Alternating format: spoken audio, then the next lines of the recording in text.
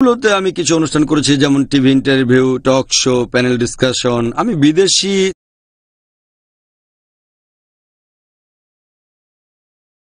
চ্যানেলগুলোতেই বেশি অনুষ্ঠান করেছি, ইন্ডিয়াতে কম করেছি। অনেক দেশে, যেমন ইংল্যান্ড, দক্ষিণ আফ্রিকা, আমেরিকা, অনেকগুলো দেশে বিভিন্ন টিভি চ্যানেলে। এখন ইন্ডিয়ার টিভি চ্যানেলগুলোর কথা যদি বলতে হয়, এ ব্যাপারে আমার যতদূর মনে পড়ে সব মিলিয়ে 5টা হতে পারে। প্রথম যে অনুষ্ঠানটা করেছিলাম সেটা একটা টক শো, উপস্থাপনা করেছিলেন ফারুক শেখ। অনুষ্ঠানের নামটা ছিল মর্দ, আর সেই এপিসোডের টপিক ছিল বিবি হতো ক্যাসি। এটা ইন্ডিয়ায় আমার প্রথম অনুষ্ঠান। দ্বিতীয় যে অনুষ্ঠানটা করেছিলাম সেটা একটা প্যানেল ডিসকাশন, লাইভ শো ছিল। Producer CNN, IBN। আমি ছিলাম তাদের বোম্বের স্টুডিওতে, আরও 2জন প্যানেলিস্ট ছিলেন দিল্লিতে। এটা দ্বিতীয় অনুষ্ঠান। আর 3 নম্বরটা আমার যতদূর মনে পড়ে একটা টিভি ইন্টারভিউ।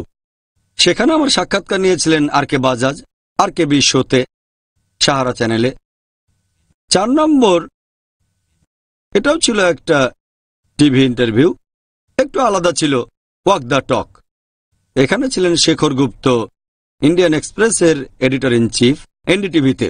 শেষ অনুষ্ঠানটা করলাম কিছুদিন আগে, 3 সপ্তাহ আগে, দেখালো 2 সপ্তাহ আগে, NDTV-তে।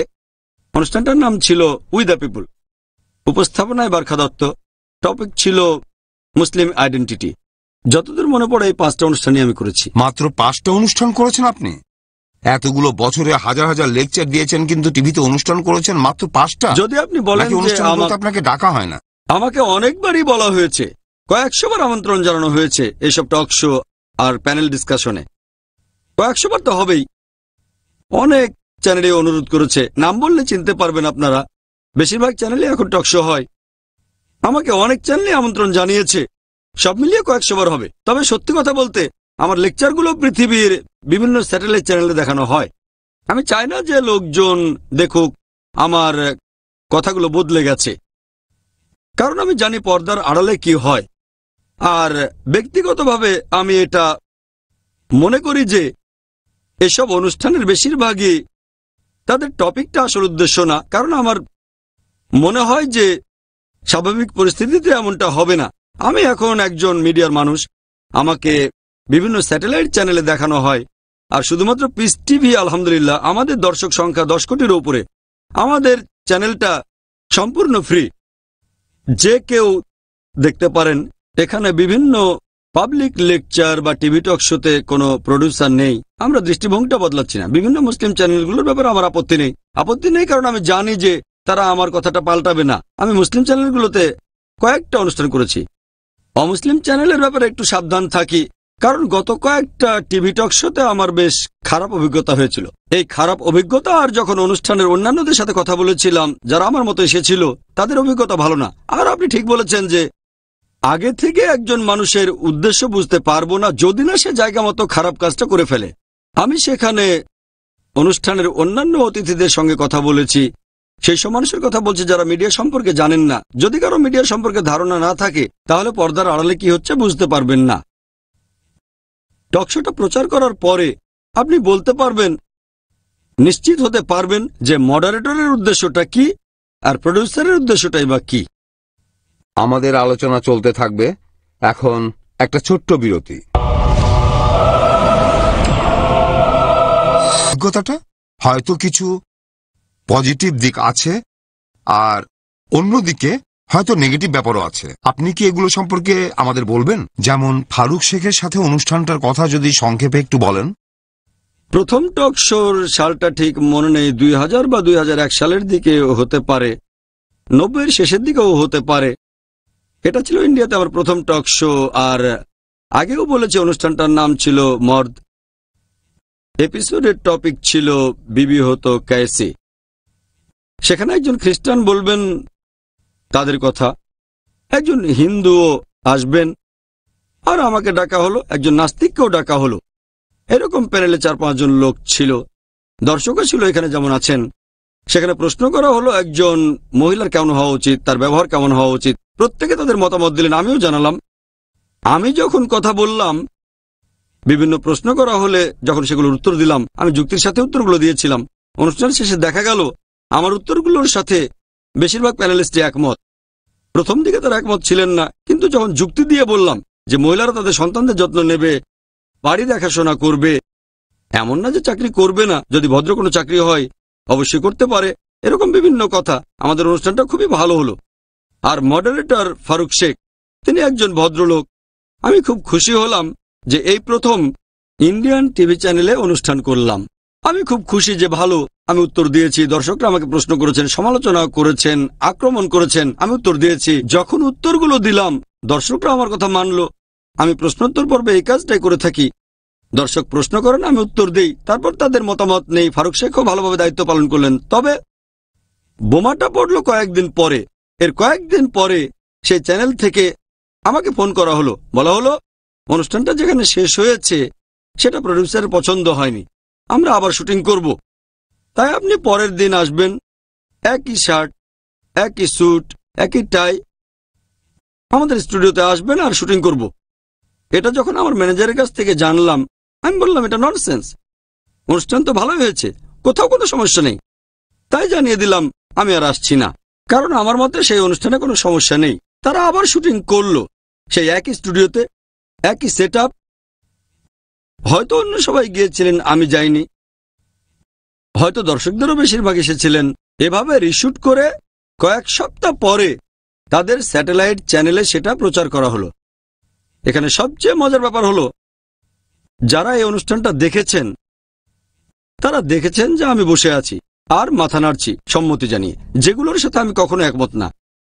তারা কি করলো, পুরো অনুষ্ঠানটা রিশুট করলো, মতামতটা বদলে দিল। যদিও আমি পরের বার যাইনি, কিন্তু অনুষ্ঠানটা যখন প্রচার করা হলো তখন দেখে মনে হবে একবারই শুট করা হয়েছে। ডক্টর জাকির নায়েক সেখানে ছিলেন, তিনি অনেক ভুল কথার সাথে একমত হয়েছেন। তাহলে বোঝা যাচ্ছে সেই প্রডিউসারের উদ্দেশ্যটা কোনোভাবে ভালো ছিল না, একেবারেই না। ফারুক শেখের কোনো দোষ নেই, ফারুক শেখের দোষ না, এটা তার পেশা। প্রথম দিকে ভালোই ছিলেন, পরে যা করেছেন সেটার জন্য মন্তব্য করব না আমি। তবে ফলাফলটা যেটা দাঁড়ালো, অনুষ্ঠানটা যখন প্রচার করা হলো তখন এভাবে দেখানো হলো যে ডক্টর জাকির নায়েক, হ্যাঁ কথাগুলো বলেছিলাম, তারা আমার কথার কিছু অংশ রেখে দিয়েছে যেগুলো তাদের কাছে তুলনামূলক নিরাপদ মনে হয়েছে। তবে যখন টিভিতে প্রচার করা হলো সেখানে অনেকবারই দেখা গেল যে আমি যেসব কথার সাথে একমত না সেই কথাগুলো মেনে নিচ্ছি। এজন্য আমি তখন বলেছিলাম যে উদ্দেশ্য গুরুত্বপূর্ণ। আমি যেটা বলবো, এই অনুষ্ঠানের প্রডিউসার, মডারেটর জীবিকার জন্য তারা এটা করছেন। আমি জীবিকার জন্য করব না, জীবিকার জন্য ইসলামকে বিক্রি করতে পারবো না। আমি কারো কাছ থেকে এক পয়সাও নেই না, উল্টো আমরা দান করি, জানেন। তাহলে দেখবেন যে এভাবে রুটি রুজির জন্য প্রডিউসার এমন অনুষ্ঠান বানাবেন যেটা দর্শক পছন্দ করবে। তারা এমন অনুষ্ঠানের কথা চিন্তা করেন যেখানে আয় বেশি হবে, টিআরপি বেশি থাকবে। সত্যি কথা জানাতে আগ্রহ নেই। মডারেটরেরও একই অবস্থা। মডারেটরকে যদি নিয়ন্ত্রণ করেন প্রডিউসার, যদি এমন কাউকে বেছে নেন তাহলে তো কিছুই করার নেই। অথবা প্রডিউসার হয়তো নিরপেক্ষ, তখন মডারেটর অনুষ্ঠানের মতামত বদলাতে চাইলে সেটা তিনি সহজেই করতে পারেন। হয়তো প্রডিউসার কিছুই মনে করলেন না, তাহলে দুজনেই গুরুত্বপূর্ণ।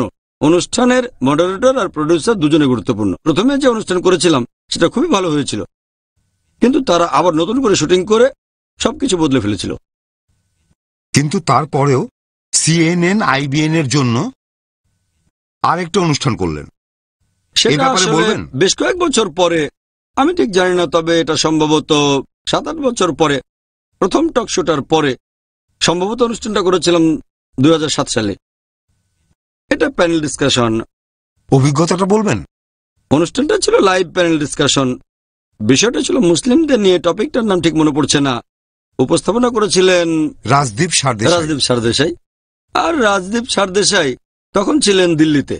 সেখানেও বেশ কয়েকজন অতিথি এসেছিলেন। তাদের মধ্যে আমার যতদূর মনে পড়ে একজন এমপি, নামটা মনে পড়ছে না, মুসলিম ইন্ডিয়া পত্রিকার এডিটর কে, সৈয়দ শাহাবুদ্দিন। হ্যাঁ, তিনিও সেখানে ছিলেন। এছাড়াও দিল্লিতে আরো কয়েকজন ছিলেন। আমি একা ছিলাম বোম্বেতে। এখানেও আমার অভিজ্ঞতাটা ভালো ছিল না, তার কারণ আমি কথা বলার সুযোগ পেয়েছিলাম মাত্র 2 বার। কথা বললাম কিন্তু সেটা শোনাও গেল না, মাইক্রোফোনটা তখন তাদের হাতে। যদিও সেটা লাইভ শো, আমাকে যখন সুযোগ দেওয়া হচ্ছে শুধু তখনই কথা বলতে পারবো। সাধারণত লাইভ প্যানেল ডিসকাশনে সবাই কথা বলতে পারেন, কোনো বাধা দেওয়া হয় না। কিন্তু আমি বোম্বেতে আর তারা দিল্লিতে, তাদের কথাবার্তা শুনছি একটা হেডফোন দিয়ে। সেটা সম্ভবত একটা মোবাইল, ঠিক জানি না। সেখানে প্রশ্ন করা হলো, যদিও সেটা লাইভ শো, সরাসরি সম্প্রচার, লাইভ প্রচার হচ্ছে, কিন্তু আমার কথাগুলো শোনা গেল না, কারণ মাইক্রোফোনের সুইচ অন করা হয়নি। তাই এটাও ভালো অভিজ্ঞতা ছিল না। তবে যেহেতু অনুষ্ঠানটা লাইভ, তাই খুব একটা ক্ষতি হয়নি। সবাই ভেবেছে, হ্যাঁ, ডক্টর জাকির বেশি কথা বলেননি অথবা সুযোগ পাননি, কারণ সেটা ছিল লাইভ শো, সরাসরি সম্প্রচার। তাই আমার মতে সেখানে খুব বেশি ক্ষতি হয়নি। তবে আমি কথা বলার সুযোগও খুব একটা পাইনি। হ্যাঁ, এবারে আমরা বুঝতে পারলাম। কিন্তু এরপরও আপনি অনুষ্ঠান করেছেন। এরপর আপনি সাহারা চ্যানেলে একটা অনুষ্ঠান করেছিলেন, আর কে বিশ্ব। এই অনুষ্ঠানটার উপস্থাপক আর কে বাজাজ। সবাই মনে করেন যে মুসলিমদের ব্যাপারে তিনি খুব কড়া সমালোচক, তারপরও সেখানে গেলেন কেন? তৃতীয়বার অনুষ্ঠান করতে গিয়েছিলাম কারণ সেটা ছিল ইন্টারভিউ। প্রথমটা ছিল প্যানেল ডিসকাশন অথবা টক শো, দর্শকও ছিল, প্রচার করা হয়েছিল পরে। দ্বিতীয়টা ছিল লাইভ টেলিকাস্ট। দুটোর অভিজ্ঞতাই খারাপ। এখন তৃতীয়টা টিভি ইন্টারভিউ। এই কথাটা আগে বলেছি যে একটা ইন্টারভিউতে কম ক্ষতি হতে পারে, তবে ক্ষতি করা যায়। প্রথমে আমি রাজি হইনি, কিন্তু পরে যখন জানলাম এটা লাইভ অনুষ্ঠান, তখন ভাবলাম ঠিক আছে, ক্ষতিটা কম হবে। আমার কথা তো এডিট করতে পারবে না।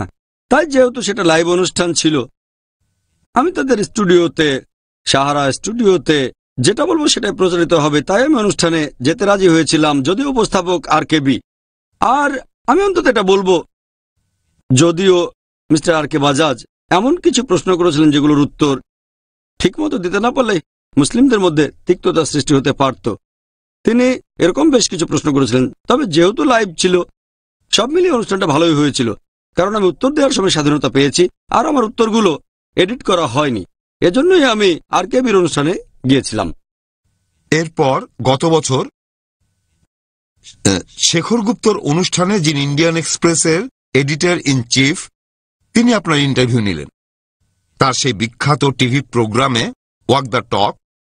এটার কারণ কি এই যে ইন্ডিয়ান এক্সপ্রেস আপনাকে ইন্ডিয়ার 100 জন প্রভাবশালী ব্যক্তির মধ্যে অন্তর্ভুক্ত করেছিল, এই জন্যই সেখানে গিয়েছিলেন, নাকি এটার পেছনে অন্য কোনো কারণ ছিল? আর সেখানে অভিজ্ঞতাটা কেমন ছিল? এমনিতে আমি টিভি চ্যানেলে ইন্টারভিউ দিতে চাই না, বিশেষ করে ইন্ডিয়া। এখানে আমি বলছি টিভিতে বিভিন্ন এক্সক্লুসিভ অনুষ্ঠান নিয়ে। এছাড়াও বিভিন্ন টিভি চ্যানেলে ছোট ছোট ভিডিও দিয়েছি, যেগুলো অনেক আগেই দিয়েছিলাম আমি, যেমন ইটিভি উর্দু, এরকম বেশ কিছু চ্যানেলে বিভিন্ন বিষয় নিয়ে কথা বলেছি। তবে সেটাও এখন বন্ধ করে দিয়েছি, কারণ আমি 5 মিনিট কথা বললে সেখান থেকে ওরা 1 মিনিট দেখায়। এই 5টা অনুষ্ঠান বাদেও অনেক টিভি চ্যানেলে আমাকে দেখতে পাবেন। সেগুলো বিভিন্ন বিষয়ের উপর আমার মন্তব্য অথবা উত্তর হতে পারে। টপিকটা মুসলিমদের শিক্ষা দীক্ষা, এরকম কিছু একটা। এখন ইন্টারভিউ দিতে কেন রাজি হলাম আমি? শেখর গুপ্তর সেই অনুষ্ঠানে প্রাইম মিনিস্টার সহ অনেক বিখ্যাত লোকজন এসেছিলেন, সেই জন্য আপনাকে প্রশ্নটা করলাম। যখন আমার কাছে ইন্টারভিউর জন্য আসলো, প্রথমে আমি রাজি হইনি। তখন আমার সহকর্মী আর বন্ধুরা বলল, এটা কি জানেন যে শেখর গুপ্তর ওয়াক দ্য টক, এই অনুষ্ঠানটা ইন্ডিয়ার সবচেয়ে সেরা ইন্টারভিউগুলোর মধ্যে একটা, এটার টিআরপি সবচেয়ে বেশি। তবে আমি খুব একটা টিভি দেখি না, যদিও আমি মিডিয়ার লোক, টিভি চ্যানেলে অনুষ্ঠান করি, তবে আমি নিজে খুব একটা টিভি দেখি না। আমি জানতাম না এই ওয়াক দ্য টক জিনিসটা কি। আমার সহকর্মী আর বন্ধুরা পরে জানালো যে এটা খুবই জনপ্রিয় একটা অনুষ্ঠান, আর এই অনুষ্ঠানে ইন্ডিয়ান এক্সপ্রেসের editor in chief Shekhar Gupta উপস্থাপনা করে থাকেন। তিনি একজন সৎ মানুষ, আর তার অনুষ্ঠানে অতিথি হন প্রেসিডেন্ট, প্রাইম মিনিস্টার অথবা খুব বড় মাপের কোনো সেলিব্রিটি, আর এই মানুষটার উপর ভরসা করা যায়। তবে ইন্টারভিউটা শুরু করার আগে আমি তার সাথে কথা বলতে চাইলাম, আর এই অনুষ্ঠানটার 1 সপ্তাহ আগে তিনি দিল্লি থেকে এসে আমার সঙ্গে প্রায় 1 ঘন্টা কথা বললেন। সেই কথা বলার সময় তাকে জিজ্ঞেস করলাম, যখন অনুষ্ঠানটা রেকর্ড করবেন, এটা হবে একটা টকশোর মতো, ওয়াক দ্য টক। তাকে জিজ্ঞেস করলাম, প্রোগ্রামটা দেখাবেন কি পুরোপুরি নাকি এডিট করে? তিনি বললেন, এ ব্যাপারে আপনাকে কথা দিতে পারি, 99% এডিট করা হবে না, তবে সামান্য এদিক ওদিক হতে পারে ডিউরেশনটা ঠিক রাখার জন্য। তিনি কথা দিলেন কোথাও এডিট করা হবে না, আর এটাও নিশ্চিত করবেন যে আমার দৃষ্টিভঙ্গি বদলানো হবে না। যেহেতু তিনি আমাকে কথা দিলেন, আর আমি তার ব্যাকগ্রাউন্ড চেক করলাম, সহকর্মীদের কথা শুনলাম, তারপর আমি ইন্টারভিউ দিলাম। শেখর গুপ্ত আবার দিল্লি থেকে বোম্বেতে আসলেন। তারপর আমরা ওয়ার্লি সিফেসে হাঁটতে হাঁটতে অনুষ্ঠানটা শুটিং করলাম। ডিউরেশন ছিল আনুমানিক 1 ঘন্টা, অ্যাড বাদ দিলে 40 থেকে 45 মিনিটের মতো। আর আমার মতে এটাই হলো ইন্ডিয়ার টিভি চ্যানেলগুলোতে আমার সেরা অভিজ্ঞতা। আর আমি বলবো যে এই শেখর গুপ্ত কথা দিয়ে কথা রাখেন। টিভি অনুষ্ঠানটা দেখে খুব ভালো লাগলো। কিছুই এডিট করা হয়নি, আমার মতামত বদলাননি। যদিও তিনি আমাকে বেশ কিছু চ্যালেঞ্জিং প্রশ্ন করেছিলেন, তবে উত্তর দেওয়ার চেষ্টা করেছি আমি।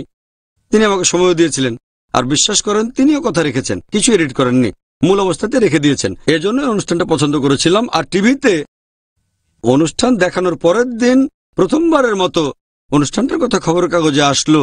দেশ জুড়ে ইন্ডিয়ান এক্সপ্রেসের 21-22টা এডিশনের সবগুলোতেই। সে খবরটা স্যাটেলাইট টেলিভিশন চ্যানেলগুলোতে দেখানো হয়েছে। এছাড়াও একটা খবরের কাগজে এই আর্টিকেল ছাপানো হয়েছে। ইন্ডিয়ান এক্সপ্রেসের সবগুলো এডিশনে ছাপা হয়েছে। এটা খুব ভালো। আর এরকম কিছু মানুষই ইন্ডিয়াকে আরো মহান করেছেন। শেখর গুপ্তর মতো এরকম মানুষ, তিনি এভাবে বিভিন্ন বিষয় নিয়ে আলোচনা করেন। হতে পারে সেটা ইসলামিক দৃষ্টিভঙ্গি, মাওবাদীদের দৃষ্টিভঙ্গি, অথবা হয়তো কমিউনিস্ট, এরকম আরো অনেক। এই জন্য অবশ্যই তাকে অভিনন্দন জানাবো। তবে আমরা আলোচনা করার আগে আপনার যে অভিজ্ঞতাটা হয়েছে একেবারে লেটেস্ট টিভি টক শোতে 2 সপ্তাহ আগে, সেই একই টিভি চ্যানেল এনডিটিভি, যার উপস্থাপনা ছিলেন বারখা দত্ত, এই ব্যাপারে বিস্তারিত আলোচনা করার আগে আমার মনে হয় যেহেতু আমরা অনেক আলোচনা করেছি, তাই একটা ছোট্ট বিরতি।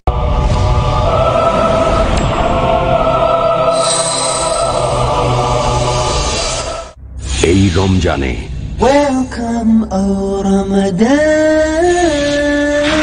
রমজান হলো রহমতের মাস।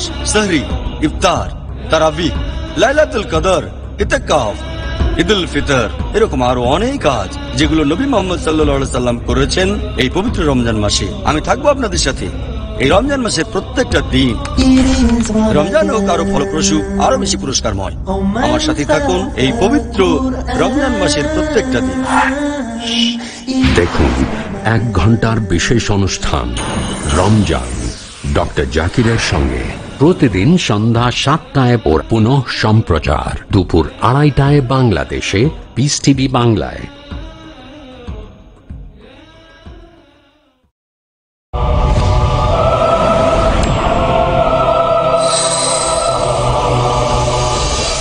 আসসালামু আলাইকুম ও রহমাতুল্লাহি ওয়া বারাকাতুহু। ওয়ালাইকুম আসসালাম ওয়া রাহমাতুল্লাহি ওয়া বারাকাতুহু। আপনাদের স্বাগতম আবারও আমাদের অনুষ্ঠানে TV talk shows and analysis. এবারে এনডিটিভির সেই অনুষ্ঠান সম্পর্কে ডক্টর জাকির নায়েকের মতামত, তার বিশ্লেষণ, সেটা জানার আগে আমরা বিভিন্ন দর্শকের কাছ থেকে পাওয়া ইমেইলে তাদের প্রতিক্রিয়া আর তাদের মতামতগুলো জানব।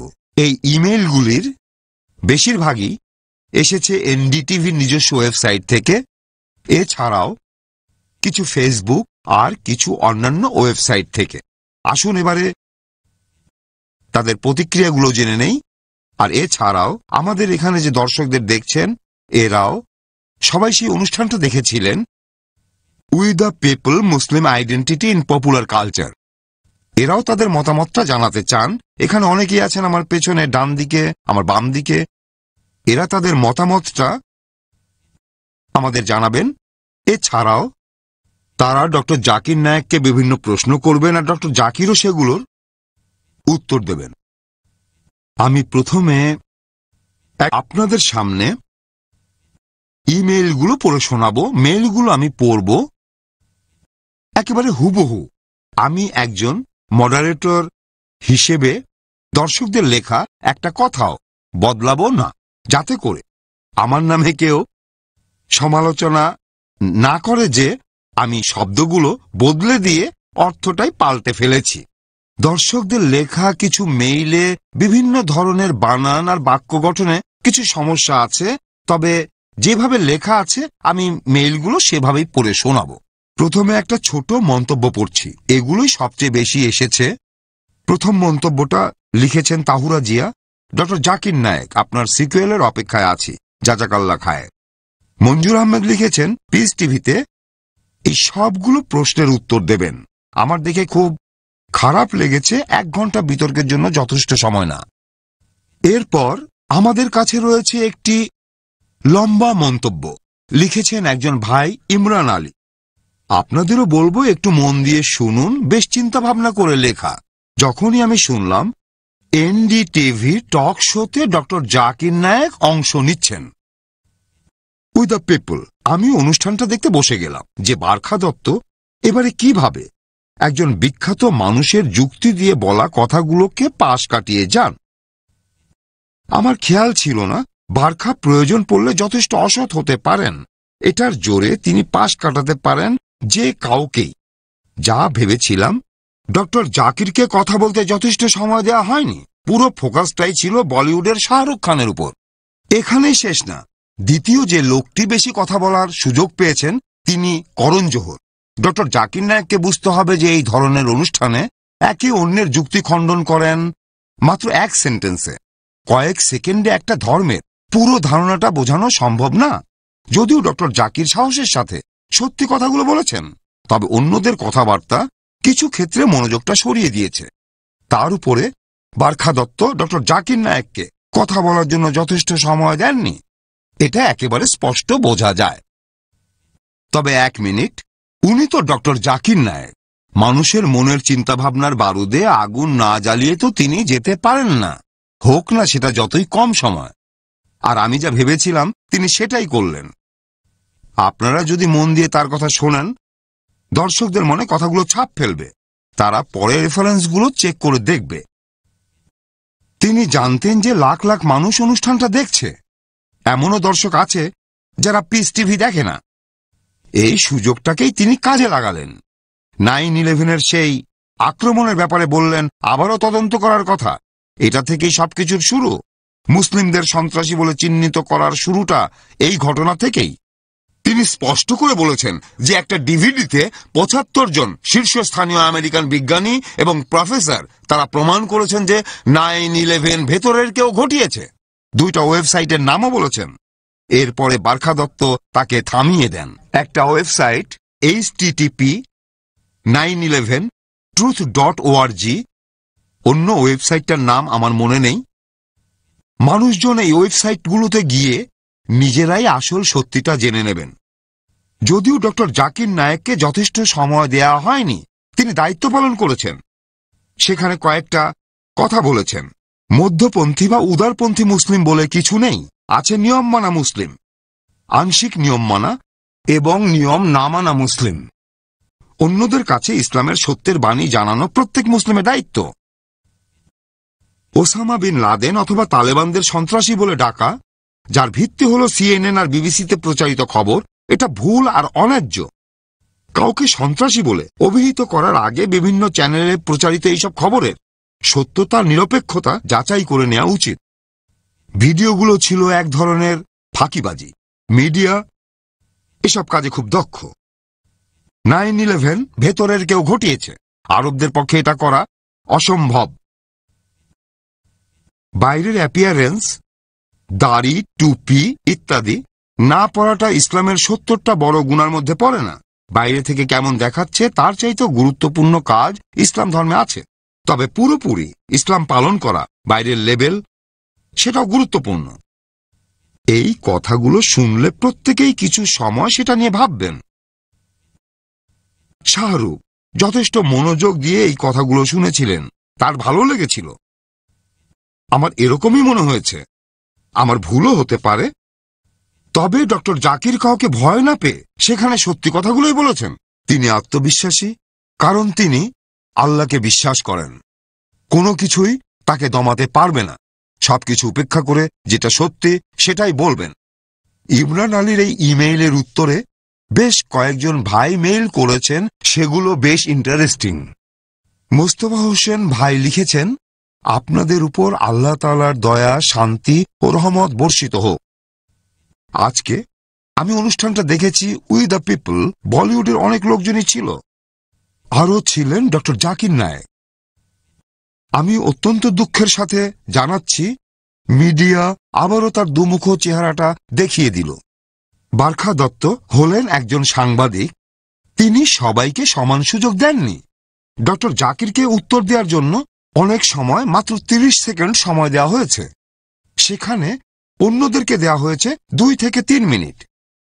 ডক্টর জাকিরের সবগুলো উত্তরেই অন্য কেউ বাধা দিয়েছে। ডক্টর জাকিরের উত্তর শেষ করতে না দিয়ে অপ্রাসঙ্গিক কথা বলেছে। মিডিয়ার দুমুখ চেহারাটা আপনারা পরিষ্কার দেখতে পাবেন। এই ইমেইলটা যারা পড়েছেন তাদের সবাইকে অনুরোধ করছি, এই খারাপ কাজের প্রতিবাদ করুন। আমাদের নবীজির একটা হাদিস আছে, যদি কোনো খারাপ কাজ হতে দেখো তোমার হাত দিয়ে সেটা থামাও, না পারলে জিহ্বা দিয়ে থামাও, না পারলে অন্তত মনে মনে অভিশাপ দাও। এটাই হলো ঈমানের সর্বনিম্ন স্তর। আমার মত অনুযায়ী মিডিয়ার লোকজন জাকির ভাইয়ের সাথে প্রতারণা করেছে, তা না হলে তিনি এই নিয়মগুলো মেনে চলতেন না। তবে মানুষ ইসলামকে যতই দাবিয়ে রাখতে চাক, আল্লাহ সুবহানাহু ওয়া তাআলার ইচ্ছায় এই ধর্মের প্রসার আরো বেড়ে যাবে ইনশাআল্লাহ। এরপর আরেক ভাই লিখেছেন, ভাই নাভিদ, তিনি লিখেছেন, আল্লাহ সব সময় সত্যের পক্ষে থাকবেন। এই মিডিয়া প্রমাণ করে দিয়েছে যে তারা ভুল বলছে, সত্যি কথা বলছে না। আল্লাহ বলেছেন, নিশ্চয়ই মিথ্যা থেকে সত্য সুস্পষ্ট হয়েছে। যদিও ডক্টর জাকিরকে যথেষ্ট সময় দেওয়া হয়নি, তারপরও আল্লাহ সুবহানাহু ওয়া তাআলা পুরো পৃথিবীকে দেখিয়ে দিলেন ডক্টর জাকির কিভাবে ধৈর্য ধরেছিলেন আর শান্তভাবে তাদের অন্যায়গুলো সহ্য করেছেন। যদি শাহরুখ খান আর অন্যান্যরা তাদের দৃষ্টিভঙ্গি অনুযায়ী চলতে চান, আল্লাহর আদেশগুলো না মেনে, তাহলে তারাই ক্ষতিগ্রস্ত হবেন। তারা এখন সেটা বুঝতে পারছেন না। একদিন এই সত্য তাদের সামনে এসে হাজির হবে, কিন্তু দেরি হয়ে যাবে। এটা বলে তখন লাভ হবে না যে আমি নিয়ম মানা মুসলিম হতে চাই। তারা হয়তো পৃথিবীতে খুব ধনী আর বিখ্যাত হবেন, কিন্তু মারা যাওয়ার পর তাদের বিশ্বাসের কি হবে? চিন্তা করছেন না? আল্লাহ যেন সবাইকে সরল পথে আসার জন্য হেদায়েত করেন, আর ডক্টর জাকিরকে ইসলামের পক্ষে দাঁড়ানোর জন্য আরো শক্তি আর জ্ঞান দেন। তাকে যেন রক্ষা করেন। আমিন। সবসময় তার জন্য দোয়া করব। আমার মনে হয় যেহেতু আমরা অনেক আলোচনা করেছি, তাই একটা ছোট্ট বিরতি।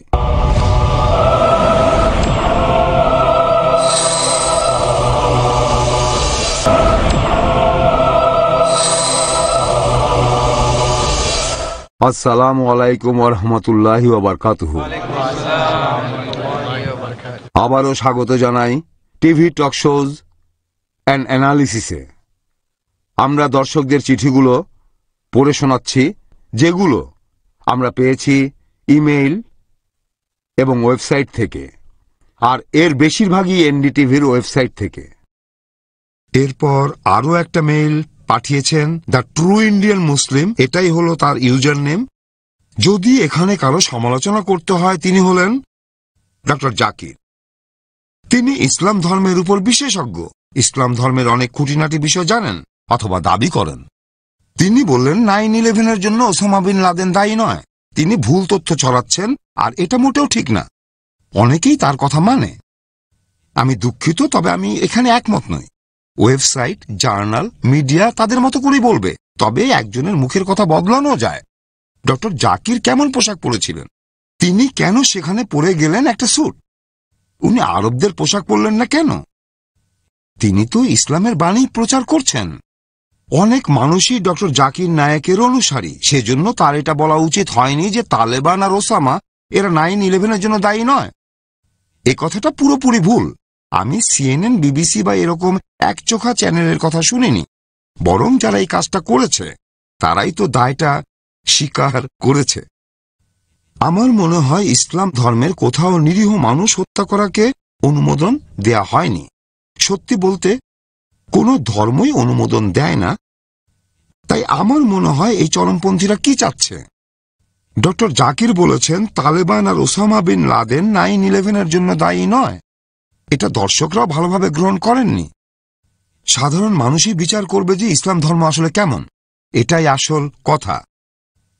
একটা দেশে নিরাপদ অবস্থা থেকে এরকম মন্তব্য করা আসলে খুব সহজ। যদি এই কথাগুলো বলেন কঙ্গোতে, মোজাম্বিকে, ইরাকে, জায়ারে ইত্যাদি অন্য ধর্মের চরমপন্থীরা আপনাকে মেরে ফেলবে।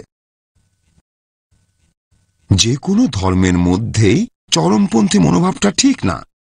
এটা সমাজের জন্য ক্ষতিকর। এটাকে দমন করতে হবে। কোনো ব্যাপারে বাড়াবাড়ি করলে বেহেশতের ফলও শেষ পর্যন্ত বিষে পরিণত হয়। এই মেইলটার মাধ্যমে আমি কারো অনুভূতিতে আঘাত দিতে চাই না। আঘাত দিয়ে থাকলে দুঃখিত।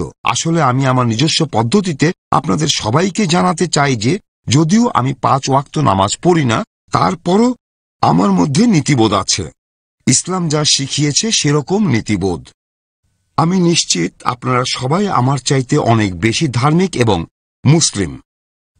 আমি বিশ্বাস করি আমার এই নিজস্ব পদ্ধতিতে আমি ইসলাম সম্পর্কে মানুষের ভুল ধারণা দূর করার চেষ্টা করব। তাদের দেখাবো যে ইসলাম একটি সহনশীল এবং একটি মানবিক ধর্ম। আর একটা কথা বলবো, বারখা বা অন্য কেউ একচোখা ছিলেন না। যদি কেউ একচোখা থাকেন তিনি ডক্টর জাকির। এটা তো একটা বিতর্ক অনুষ্ঠান। এখানে মতভেদ থাকতেই পারে, সবাই একমত নাও হতে পারেন। আপনারা দেখতেই পাচ্ছেন এখানে কিছু আছে পজিটিভ মন্তব্য, কিছু সমালোচনা। যেমন এই মেইলটা ডক্টর জাকিরের সমালোচনা করেছে। আমি আপনাদের সামনে সব ধরনের মন্তব্যই পড়ে শোনাচ্ছি, যাতে করে বুঝতে পারেন অনুষ্ঠানটা দেখে দর্শকরা কিরকম প্রতিক্রিয়া জানিয়েছেন। কিছু পজিটিভ, কিছু নিরপেক্ষ, আর কিছু সমালোচনা। এরপর আরেকজন উত্তর দিয়েছেন এই ইমেইলের একই ওয়েবসাইটে। লিখেছেন সরফরাজ আলী খান। ওয়ালাইকুম আসসালাম যারা সালাম দিয়েছেন, আর আসসালামু আলাইকুম যারা পরে এখানে এসেছেন। এটা ট্রু ইন্ডিয়ান মুসলিমের সেই অনুষ্ঠান প্রসঙ্গে করা মন্তব্যের একটা উত্তর। আমার ভাই সেখানে লিখেছেন ওসামা 9/11 আক্রমণ করেছে কিনা সেটা জানার জন্য তাকে বিবিসি বা CNN দেখতে হবে না। যদি মিডিয়া চ্যানেলগুলোতে দেখে না থাকেন, তাহলে উনি এটা কোথায় দেখেছেন? কোন চ্যানেলে আপনি দেখেছেন যে ওসামা দায় স্বীকার করেছে? অথবা কোন খবরের কাগজে আপনি এটা পড়েছেন? আমি কিন্তু ওসামাকে সমর্থন করছি না। যদি সে এটা করে থাকে নিন্দা করব। যদি না করে, তাহলে শুধুমাত্র এই সন্দেহেই 50,000 আফগানি মারা গিয়েছে। আমি আপনাকে একটা প্রশ্ন করি, আপনি লুজ চেঞ্জ দেখেছেন? না দেখে থাকলে অবশ্যই দেখবেন এই ডকুমেন্টারি। এটা কোনো মুসলিম তৈরি করেনি, তৈরি করেছেন একজন আমেরিকান। আর সেখানে দেখবেন তালেবানরা তারা ইংরেজিতে কথা বলছে, যদিও তাদের উচ্চারণটা হয়তো বুঝতে পারবেন না। তারা আমেরিকানদের কাছ থেকে প্রমাণ চাচ্ছে যে ওসামা এটার জন্য দায়ী। তারা বলেছিল যদি প্রমাণ পায় তাহলে তারাই ওসামাকে আমেরিকার হাতে তুলে দেবে। এই ভিডিওটা মাত্র একবার দেখানো হয়েছিল নিউজ চ্যানেলে। এরপর ভিডিওটা আর কখনোই দেখানো হয়নি। ভাই, আপনি যেতে বললেন ইরাকে, জায়ারে, কঙ্গোতে। ভাই, আপনি মুসলিম পোশাক পরে আমাদের আসামে চলে যান। উলফার সন্ত্রাসীরা আপনাকে টুকরো টুকরো করে ফেলবে। তারা মুসলিমদের হত্যার ব্যাপারে বিশেষভাবে দক্ষ। 749টা আক্রমণ করেছে। আর ডক্টর জাকির নায়েক এই পোশাকে সেখানে পাবলিক লেকচার দিয়েছেন। আলহামদুলিল্লাহ, এটাই হলো ইসলাম ধর্মের শক্তি। আল্লাহর পথ ধরে চলুন। দায়িত্ব পালন না করলে অন্যদের দাওয়া দেওয়ার কাজে না করবেন না। আপনি আপনার নিজস্ব উপায়ে চেষ্টা করে যাচ্ছেন, সেটা খুবই ভালো কথা। তবে অন্যরা যারা চেষ্টা করছেন তাদের কি হবে? ডক্টর জাকিরের টিভি চ্যানেলের দর্শক সংখ্যা প্রায় 7 কোটির মতো। এটা গড টিভিকেও পেছনে ফেলে দিয়েছে। ভাই, আমাদের দায়িত্ব হলো প্রচার করা, মানুষকে হেদায়েত করা নয়, যাতে করে শেষ বিচারের দিনে আপনি সাক্ষ্য দিতে পারেন আপনি মানুষের কাছে ধর্ম প্রচার করেছেন। অন্ততপক্ষে চেষ্টা করেন। আর কে জানে, হয়তো কারো জন্য বেহেশতের দরজা খুলে দেবেন। ডক্টর জাকির অনেক মানুষের জন্য বেহেশতের দরজা খুলে দিয়েছেন। আল্লাহ আমাদের শান্তিতে রাখুন আর সঠিক পথে রাখুন। ইমরান আলীর মেইলের উত্তরে এই লম্বা ইন্টারেস্টিং মন্তব্যটা আপনারা এতক্ষণ ধরে আমার কাছে শুনলেন। এরপর লিখেছেন ভাই মনোজ মিশ্র, অমুসলিম। ইনিও ইন্টারেস্টিং মন্তব্য করেছেন। ডক্টর জাকির নায়েকের মতো এত বিখ্যাত আর যোগ্য একজন মানুষ, যিনি কম্পারেটিভ রিলিজিয়নের উপর একজন এক্সপার্ট, তাকে কথা বলার সময় দেওয়া হয়নি। তার বদলে কথা বলেছেন সোহা আলী, শাহরুখ খান আর কম পরিচিত কবির খান তারা এমন বিষয়ে বলেছেন যেটা সম্পর্কে তারা কিছুই জানেন না। কোনো বিষয়ে কথা বলা উচিত এক্সপার্টদের, যারা জানে না তাদের বলা উচিত না। হ্যাঁ, সোহা বা শাহরুখ, কবির খান বা সালমান খান ফিল্ম নিয়ে কথা বলুক, তাহলে ঠিক আছে। যদিও আমি হিন্দু, আমি পিস টিভিতে ডক্টর জাকির নায়েকের লেকচার শুনেছি। এছাড়াও কম্পারেটিভ রিলিজিয়নের বিভিন্ন টপিক নিয়ে অনেকের সাথে বিতর্ক করেছেন, আলোচনা করেছেন। আমি আপনাদের বলছি, ওনার কোনো তুলনা নেই। বারখা ডক্টর জাকিরকে সময় না দিয়ে এত বড় ব্যক্তিত্বকে আসলে অপমানই করেছেন। ডক্টর নায়েক হলেন ডক্টর নায়েক। ডক্টর নায়েকের এরকম কোন টিভি ডিবেটে আসা উচিত নয়, যেখানে কথা বলতে পারবেন না, ব্যাখ্যা করতে পারবেন না। ধন্যবাদ, ধন্যবাদ। হুমায়ুন কবির লিখেছেন, আমি ভিডিওটা দেখেছি। ডক্টর নায়েকের ওখানে কোনোভাবেই যাওয়া উচিত হয়নি। অন্য কাউকে কথার মধ্যে বাধা দেয়া হয়নি, কিন্তু ডক্টর নায়েককে প্রত্যেকবার উত্তর দেওয়ার সময় বাধা দেয়া হয়েছে। যদি ক্যান্সারের চিকিৎসার জন্য ইঞ্জিনিয়ারকে ডাকেন, তাহলে কি হবে? ডক্টর জাকির নায়েকের জন্য আমার খারাপ লাগছে। আল্লাহ আমাদের সাহায্য করুন। সাজ্জাদ তিনি লিখেছেন, এটা হাস্যকর যে কিছু মানুষ এমন একটা বিষয় নিয়ে কথা বলেছেন যেটার ব্যাপারে তাদের বিন্দুমাত্র ধারণা নেই। প্রত্যেকেই তাদের মতো করে ইসলামের সংজ্ঞা তৈরি করেছেন, যেটা তার নিজের কাজের সাথে সামঞ্জস্যপূর্ণ। বারখা যে ডক্টর জাকিরকে কথা বলতে দেননি, এটাও খুব বিরক্তিকর লেগেছে। ডক্টর জাকির সবচেয়ে বেশি জানেন, কিন্তু তাকেই কোনো কথা বলতে দেয়া হয়নি। এরপর একজন অমুসলিম বোন, নাম কীর্তি মিশ্র, লিখেছেন, উই দ্য পিপল সত্যি কথা বলেনি, পুরোপুরি অগণতান্ত্রিক। উই মানে বারখা আর তার বামপন্থী বন্ধু, তারা তাদের একচোখা মতামত প্রচার করেছেন। বেশিরভাগের কথাকে অগ্রাহ্য করা হয়েছে। নিরপেক্ষ সাংবাদিকতার নামে হাস্যকর নাটক। এরপর একজন অমুসলিম ভাই বিজয় লুগানি লিখেছেন, সংখ্যালঘুদের নিয়ে যত বেশি আলোচনা করব, তাদের সমস্যা তত বেশি বাড়বে। আমাদের এই দেশে আমরা আসলে সবাই সমান। আমরা কেউ একে অন্যকে সন্দেহ করব না। কেউ যদি বেআইনি কোন রকম কাজ করে, আইন সেখানে তার দায়িত্ব নেবে। শাহরুখ খান সবচাইতে ভালো বলেছেন। আরও কিছু মন্তব্য পড়ার আগে এখানে উপস্থিত যারা আছেন তাদের কাছ থেকে এই অনুষ্ঠানটা সম্পর্কে মন্তব্য শুনতে চাই। এতক্ষণ ধৈর্য ধরার জন্য ধন্যবাদ। বিভিন্ন দর্শকদের বড় বড় মন্তব্যগুলো শুনলেন আমাদের এই অনুষ্ঠানে, TV talk shows and analysis. আমি এখন আপনাদের কাছ থেকে মন্তব্য শুনতে চাইব। পরে আপনারা প্রশ্ন করবেন, ডক্টর জাকিরও আপনাদের প্রশ্নগুলোর উত্তর দেবেন। তবে তার আগে আপনাদের মন্তব্যটা আমি জানতে চাই। হ্যাঁ ভাই, বলুন। এনডিটিভি 24/7 এর সেই অনুষ্ঠানটা সম্পর্কে আমার মন্তব্য, সেটা হলো ডক্টর জাকির নায়েক সেই 8 জন প্যানেলিস্টের মধ্যে মাত্র একজন যিনি অন্য কারো কথায় বাধা দেননি। উনি বাদে প্যানেলের সবাই অন্যের কথায় বাধা দিয়েছেন। সবচেয়ে বেশি বাধা দিয়েছেন আলেক আর কবির। কবির খান ডক্টর জাকিরকে বাধা দিয়েছেন অন্ততপক্ষে 3 বার, যেন সেই অনুষ্ঠানে তিনি ডক্টর জাকিরকে থামিয়ে দেওয়ার দায়িত্ব নিয়েছিলেন। ডক্টর জাকির নায়েক তার হাত তুলে রেখেছিলেন, আর অনুষ্ঠানের 75%-এরও বেশি সময় ধরে তার হাত তোলাই ছিল। তবে টিভিতে আমরা দেখলাম তিনি মাত্র 1 বার কি 2 বার হাত তুলেছিলেন। তার মানে অনুষ্ঠানটা পরে এডিট করা হয়েছে। আমি বলবো যে ডক্টর জাকির নায়েকই সেখানে একমাত্র লোক যিনি অনুষ্ঠানের নিয়মগুলো মেনে চলেছিলেন সত্যিকারের মুসলমানের মতো, যদিও তাকে কথা বলার খুব কম সুযোগ দেয়া হয়েছে। ধন্যবাদ জাজাকাল্লাহ। আমাদের আলোচনা চলতে থাকবে। এখন একটা ছোট্ট বিরতি। আসসালামু আলাইকুম ওয়া রাহমাতুল্লাহি ওয়া বারাকাতুহু। আবারও আমাদের অনুষ্ঠানে আপনাদের স্বাগতম, TV talk shows and analysis. আর কোনো ভাই কোনো মন্তব্য করবেন? হ্যাঁ ভাই। আসসালামু আলাইকুম। অনুষ্ঠানটা দেখার পরে আমার মনে হয়েছে বারখা দত্ত সেখানে চাচ্ছিলেন ডক্টর নায়েক যেন কথাগুলা বলতে না পারেন। এজন্য তিনি ইচ্ছা করেই ওসামা বিন লাদেনের বিতর্কিত প্রসঙ্গটা তুলেছিলেন। ডক্টর নায়েক যখন এই ব্যাপারটা ব্যাখ্যা করে বললেন যে সিএনএন বা বিবিসির খবরের উপরে আমরা ভরসা করতে পারি না, বারখা আপত্তি জানালেন, এখানে একমত হলেন না। কিন্তু আবার অন্যদিকে করণ জোহর তিনি একটা ঘটনার কথা বললেন, এরপরেই তিনি মাই নেম ইজ খান বানানোর কথা ভেবেছিলেন। তিনি বলেছিলেন যে কয়েকজন শিক্ষিত লোক, তাদের কয়েকজন আবার অক্সফোর্ড ইউনিভার্সিটির গ্র্যাজুয়েট, তারা ইসলাম ধর্মের নামে নিন্দা করছে। করণ জোহর বলেছিলেন যে এভাবে কিছু মানুষ মুসলিম সম্প্রদায়ের বিরুদ্ধে চলে যাচ্ছে, কারণ তারা কিছু ভুল ইনফরমেশন পেয়েছে, হয়তো নিউ ইয়র্ক টাইমস থেকে অথবা মিডিয়ার কোনো খবর থেকে। সে সময় বারখা করণ জোহরের সাথে একমত হয়েছিলেন।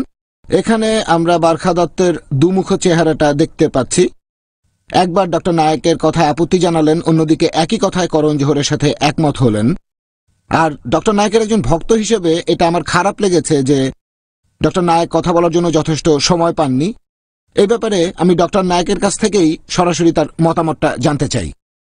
ইনশাআল্লাহ আমরা ডক্টর জাকিরের কথা শুনবো, তবে তার আগে আমরা আরো কয়েকজন দর্শকদের মন্তব্য শুনবো, তাদের মতামত। আর কেউ? হ্যাঁ ভাই, কথা বলার আগে আপনার নাম আর পেশাটা বলবেন, তারপর প্রশ্ন করবেন। আমার নাম মহসিন খান, আর আমি একজন ফ্রিল্যান্সার। আমি যখন শুনলাম উই দ্য পিপল অনুষ্ঠানে ডক্টর নায়েক থাকবেন বারখা আর শাহরুখের সাথে, আমি ইন্টারনেটে অনেক মানুষকে অনুষ্ঠানের ব্যাপারে জানালাম। আমার গ্রুপ মেইল, ফেসবুক আর ফ্যান পেজের মাধ্যমে অনেক মানুষকে জানালাম। আমার এক বন্ধু পাকিস্তানে থাকে, নাম ফরিদ আহমেদ। সে বলল, তুমি শিওর ডক্টর নায়েক এনডিটিভিতে আসছেন? আমি পাকিস্তানে লাখখানেক মেসেজ ছেড়েছি যাতে সবাই অনুষ্ঠানটা দেখে। আমি বললাম, হ্যাঁ, তুমি নিশ্চিত থাকতে পারো। তারপর অনুষ্ঠানটা যখন দেখলাম তখন মনে হলো, হায় আল্লাহ, ডক্টর নায়েক কেন এখানে আসতে রাজি হলেন পুরো 1 ঘন্টার অনুষ্ঠানে মাত্র 2-3 মিনিটের জন্যে? তবে আলহামদুলিল্লাহ, এর মধ্যেও তিনি কিছু কথা বলেছেন। একেবারে শেষে বলেছেন মুসলমানদের জানা উচিত কিভাবে মিডিয়ায় কথা বলতে হবে। আলহামদুলিল্লাহ, এই কথাগুলো শুনে মানুষ তার ভিডিও খুঁজবে ইন্টারনেটে, ইউটিউবে, বিভিন্ন জায়গায়। আলহামদুলিল্লাহ, আল্লাহ সবচাইতে ভালো প্ল্যান করেন, এতে আমাদের উপকারই হবে। এই অনুষ্ঠানের জন্য জাযাকাল্লাহ। আমি আশা করছি এই অনুষ্ঠানের মাধ্যমে লাখ লাখ দর্শক তাদের বিভিন্ন প্রশ্নের উত্তর পাবেন। জাযাকাল্লাহ। জাযাকাল্লাহ ভাই। আর কেউ বলবেন? এরপরেই আমরা ডক্টর জাকিরকে কিছু প্রশ্ন করব। হ্যাঁ ভাই। আসসালামু আলাইকুম, আমার নাম আমান। আমি অনুষ্ঠানটা প্রথম থেকে শেষ পর্যন্ত দেখেছি। পুরো অনুষ্ঠানটাই খুব খারাপ হয়েছে। আমার মতে বারখা দত্ত ঠিকমতো পরিচালনা করতে পারেননি, আর সেখানে ফাঁকা কলসি সবচেয়ে বেশি শব্দ করেছে। বিশেষ করে ওই লোকটা, নামটা যেন কি, কবির খান। কেউ চেনে না, কখনো নামও শুনিনি, আর কোন যোগ্যতায় সে ইসলাম সম্পর্কে মন্তব্য করতে এসেছে? ধন্যবাদ। জাযাকাল্লাহ ভাই, আপনাকে অনেক ধন্যবাদ। এবারে আমরা ডক্টর জাকিরের কাছ থেকে এই অনুষ্ঠান সম্পর্কে মন্তব্য শুনব। এখানে অনেকেই তাকে প্রশ্ন করবেন। এছাড়াও আমাদের কাছে এই অনুষ্ঠানটার উপরে হাজার হাজার চিঠি এসেছে। আমি এখানে যেটা করব, একই ধরনের প্রশ্নগুলো আমি জোড়া দিয়ে একসাথে করব। একসাথে হয়তো 5-6টা প্রশ্ন। আর আমি শিওর ডক্টর জাকিরের যে মেমোরি, তিনি সবগুলোই মনে রাখবেন আর সবগুলোর উত্তর দেবেন। আমি এখানে এরকম কয়েকটা প্রশ্ন শোনাচ্ছি। কিছু এসেছে ওয়েবসাইটে, কয়েকটা এনডিটিভির ওয়েবসাইটে, কিছু এসেছে ফেসবুকে, আর কিছু ইমেইল এসেছে IRF-এ। হারুন আহসান লিখেছেন, ডক্টর জাকির, আমি খুব হতাশ হয়েছি, আপনার এরকম অনুষ্ঠানে আসা উচিত না। সৈয়দ উসেদ আহমেদ রিজভি লিখেছেন, ডক্টর জাকিরের একটা কথা আমার খুব পছন্দ হয়েছে ওই অনুষ্ঠানে। আর যাই ঘটুক না কেন, তিনি বলেছেন, মধ্যপন্থী বা উদারপন্থী মুসলিম বলে কিছু নেই, আছে নিয়ম মানা আর নিয়ম না মানা মুসলিম। তারপরও আমার মতে ডক্টর নায়েকের এখানে আসা উচিত হয়নি। এরপর ভাই আবরার খান লিখেছেন, আসসালামু আলাইকুম, আমি বুঝতে পারছি না যে ডক্টর নায়েক কেন এমন একটা অনুষ্ঠানে গেলেন যে অনুষ্ঠানটা পরিচালনার দায়িত্বে আছে একদল মূর্খ, যেখানে তাকে কথা বলতে দেয়া হয়নি। ইসলাম ধর্মকে উদারপন্থী বানিয়ে ভুলভাবে তুলে ধরা হয়েছে। যিনি অনেক জানেন, তার পক্ষে এমন অনুষ্ঠানে যোগ দেয়া উচিত না। এরপর আরেক আবরার খান লিখেছেন, ওয়াসসালাম, আমিও মিস্টার নায়েককে অনেক শ্রদ্ধা করি, সবসময় তার প্রশংসা করি, তবে ওনার ডক্টর নায়েকের এই সিদ্ধান্তটা বেশ বিব্রতকর ছিল। এবারে আমি একটা প্রশ্ন তুলে ধরছি, করেছেন ভাই ফাইয়াজদার। তিনি লিখেছেন, আমিও একমত, বারখার সাথে ডক্টর জাকিরের কথা বলাই উচিত হয়নি। বারখা ধর্ম, অর্থনীতি, সাংবাদিকতা বা সংস্কৃতি সম্পর্কে কিছুই জানে না। আমার দেখে খারাপ লেগেছে যে কিছু মানুষ ধর্ম আর পৃথিবী সম্পর্কে কম জানে, কিন্তু তারাই এ সম্পর্কে বলছে, যেমন শাহরুখ আর সোয়া আলী। এটা ছিল আসলে মাই নেম ইজ খানের জন্য একটা পাবলিসিটি। ওবেদ মোহাম্মদ, আমার অবাক লাগছে ডক্টর জাকির নায়েক কেন এই অনুষ্ঠানে যেতে রাজি হলেন। অনুরোধ করছি স্যার, এমন অনুষ্ঠানে আর যাবেন না। তাহলে এতক্ষণ বলা এই সব সাজেশন, প্রশ্ন, দর্শকদের বিভিন্ন মতামত ডক্টর জাকিরের সামনে আমি তুলে ধরলাম। উনি এই প্রশ্নগুলোর সঠিক উত্তর দেবেন, আমরা নই। তাহলে আসুন এবার ডক্টর জাকিরের মুখ থেকেই শুনি। হ্যাঁ ডক্টর জাকির, এবারে আমরা আপনার মুখ থেকে উত্তরগুলো শুনতে চাই। এই প্রশ্নটা যে কেন আমি এই টক শোতে গিয়েছিলাম উইথ দ্য পিপুল এনডিটিভিতে, গত 2 সপ্তাহে আমাকে এই প্রশ্নটা কয়েকশোবার করা হয়েছে, ব্যক্তিগতভাবে, ইমেইলে, টেলিফোনে। বোম্বের লোকজন করেছেন, ইন্ডিয়ার বিভিন্ন জায়গার লোকজন করেছেন, পৃথিবীর বিভিন্ন দেশেরও লোকজন আছেন। আর যারা ব্যক্তিগতভাবে চেনেন তারা অনেকে আমাকে বলেছেন, ফারুক শেখের সাথে যে ইন্টারভিউটা করলেন সেখানে তো মিথ্যাচার দেখেছেন, তারপরও কেন করলেন? আর ফারুক শেখের সাথে সেই অনুষ্ঠানটা করার পরে, যদিও আমি ফারুক শেখকে দোষ দেব না, প্রডিউসারকে দোষ দেব, আমি কিন্তু শর্ত দিয়ে দেই, গত কয়েক বছরে আমি শখানেক ইন্টারভিউয়ের আমন্ত্রণ পেয়েছি, কয়েকশো হবে, হাজারও হতে পারে। এগুলো ইন্ডিয়ার বিভিন্ন চ্যানেল থেকে বিভিন্ন অনুষ্ঠানের জন্য। এর মধ্যে ছিল TV talk show, panel discussion, chat show. আমি তখন শর্ত দিয়ে দেই, হয় অনুষ্ঠানটা হতে হবে লাইভ, এডিট করা যাবে না, অথবা সেখানে আমাদের লোকজন ক্যামেরা নিয়ে যাবে, অন্তত 6-7টা ক্যামেরা। অনুষ্ঠানটা আমরা শুট করব, আপনারা যদি কোনো কিছু এডিট করেন আমাদের চ্যানেলে আমরা প্রচার করব। আর এনডিটিভির এই অনুষ্ঠানের জন্য যখন আমাকে প্রথম আমন্ত্রণ জানালো, আমি তখন দেশে ছিলাম না, প্রস্তাবটা ফিরিয়ে দেওয়া হলো। পরে অনুরোধ করলে আমি শর্তের কথা বললাম যে এই টক শোতে আমাদের ক্যামেরাও থাকবে, আর ব্যবস্থাপকও রাজি হলেন, যিনি অনুষ্ঠানটার সার্বিক তত্ত্বাবধানে রয়েছেন।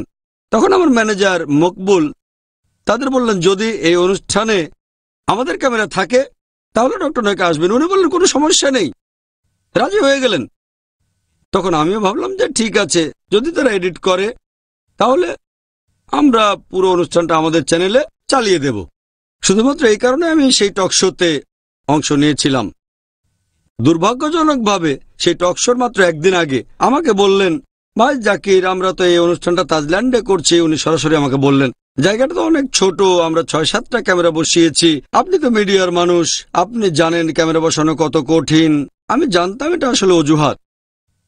আমি মিডিয়ার মানুষ, ওই তাজল্যান্ডে আমি 12টা ক্যামেরা বসিয়ে দিতে পারি। এটা তাজল্যান্ডের চেয়ে ছোট স্টুডিও, এখানে বসিয়েছি 9টা ক্যামেরা। তাজল্যান্ডস 5 স্টার হোটেল, এই স্টুডিওর চেয়ে কয়েক গুণ বড় হবে। এখানে যদি 9টা ক্যামেরা বসাতে পারি, ওখানে পারবো না কেন? আমি জানতাম এটা আসলে অজুহাত। তখন আরেকটা শর্ত দিলাম, আপনারা কি আমাকে একটা আনএডিটেড ভার্সন দেবেন পুরো অনুষ্ঠানের? এটা দেবেন ডিজিটাল বেটা ফরম্যাটে অথবা ডিবি ক্যামে যাতে শুট করেন। জানি না ডিজিটাল বেটা ফরম্যাটে শুট করেছে নাকি ডিবি ক্যামে, তবে আমরা ডিজিটাল বেটা ক্যাম বা আরো উন্নত কিছু শুট করি। তিনি বলেন, হ্যাঁ ডক্টর নায়েক, এটা করা যাবে, আনএডিটেড একটা কপি দেব অনুষ্ঠানটা শেষ হলেই, একেবারে ব্রডকাস্ট কোয়ালিটি। এই শর্তে রাজি হয়ে অনুষ্ঠানে গিয়েছিলাম, কিন্তু তাদের কাছে যখন ভিডিও চাইলাম অনুষ্ঠানটা শেষ হয়ে গেলে, আমরা তাদের বললাম আনএডিটেড ভার্সনটা দিতে। বলল কয়েকদিন পরেই ভিডিওটা দিচ্ছি, অনুষ্ঠানটা আগে প্রচার হোক।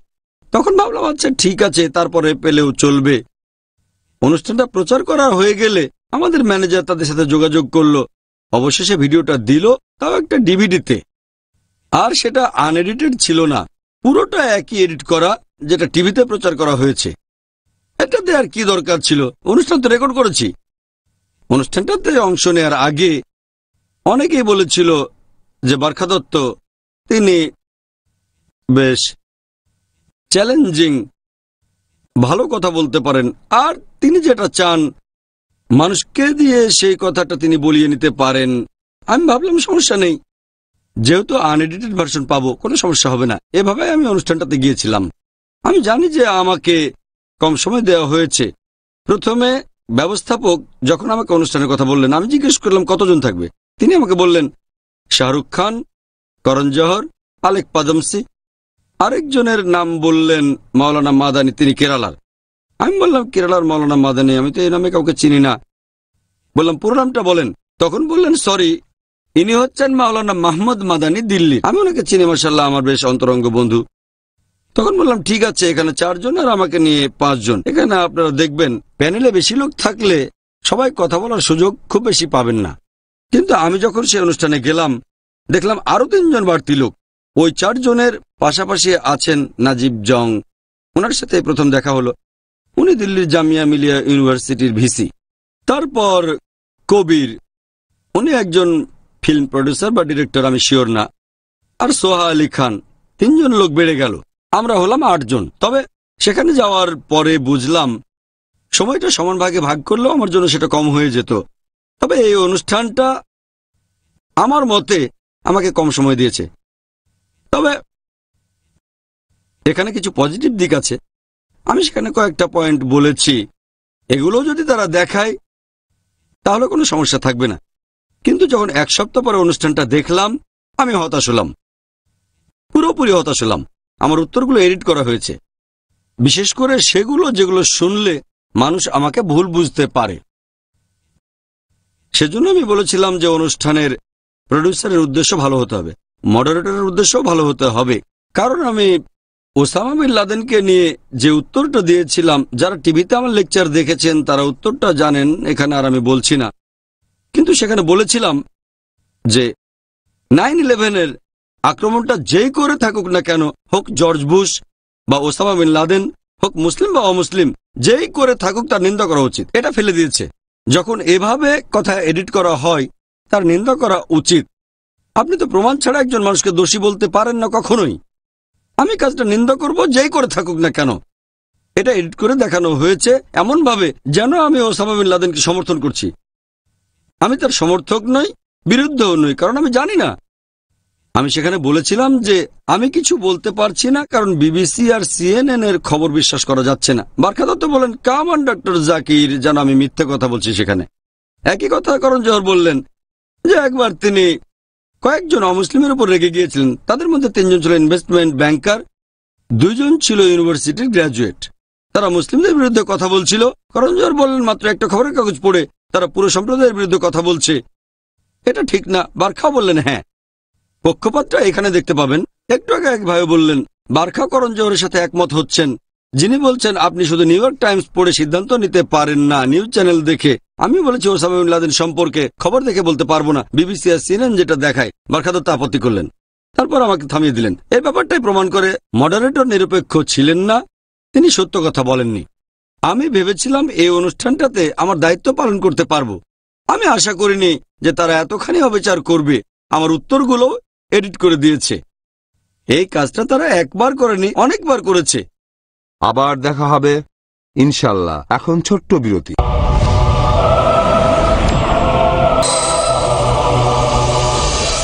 আসসালামু আলাইকুম ওয়া রাহমাতুল্লাহি ওয়া বারাকাতুহু। আবারও আমাদের অনুষ্ঠানে আপনাদের স্বাগতম। TV talk shows and analysis. Najeeb Jung এর একটা বক্তব্য প্রসঙ্গে আমি কিছু কথা বলেছিলাম। আমি বলেছিলাম উপদেশ দেয়া যেতে পারে। সেখানে বলেছিলাম ধরেন একজন লোক ড্রাগস নিচ্ছে, আমি তাকে নিষেধ করব, সবাই আমার সাথে একমত হবেন, এটুকু তারা রেখেছে। কিন্তু এরপরে বলেছিলাম আমি একজন ডাক্তার, যেহেতু মেডিকেলে পড়েছি, রোগীদের বিভিন্ন উপদেশ দেই, আর লোকজন আমাকে মেডিসিনের উপর একজন এক্সপার্ট মনে করলে আমার কথাগুলো তারা মেনে নেবে। সবাই বলছেন আমি কোরআনের উপর একজন এক্সপার্ট, কিন্তু আমার কথাগুলো কেউ মেনে নিচ্ছেন না। আমার এই কথাগুলো পরে এডিট করে বাদ দেওয়া হয়েছে। এডিট করা হলো কেন?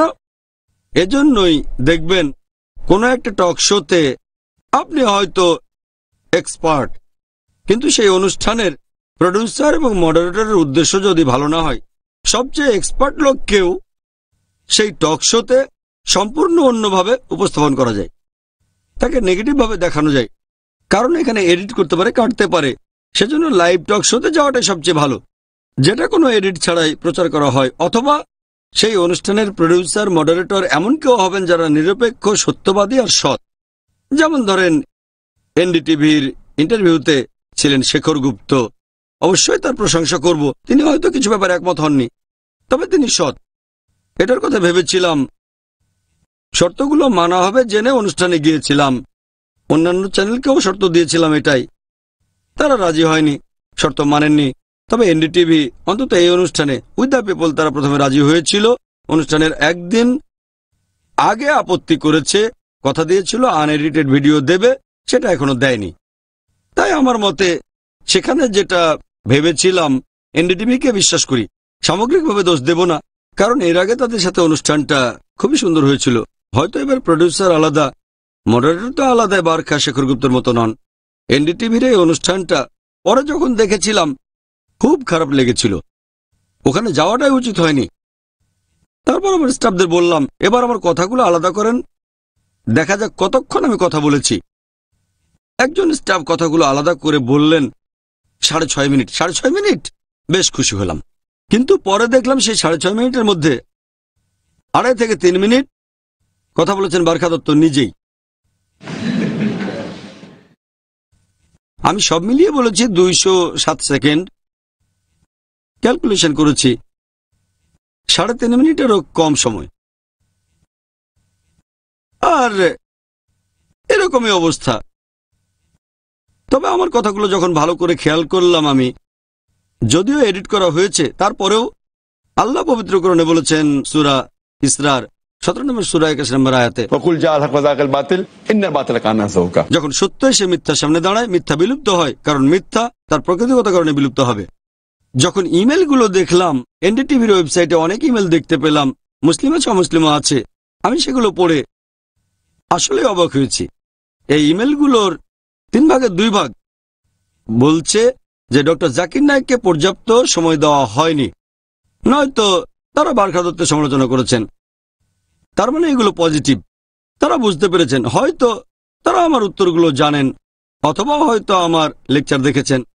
আমার ভালো লেগেছে যে 3 ভাগের 2 ভাগ ইমেলই অনুষ্ঠানটা সমালোচনা করেছে। হয়তো তারা আমার লেকচার দেখেছেন অথবা আমার ভক্ত, আর সেজন্য অনুষ্ঠানটা দেখে তাদের কাছে ভালো লাগেনি।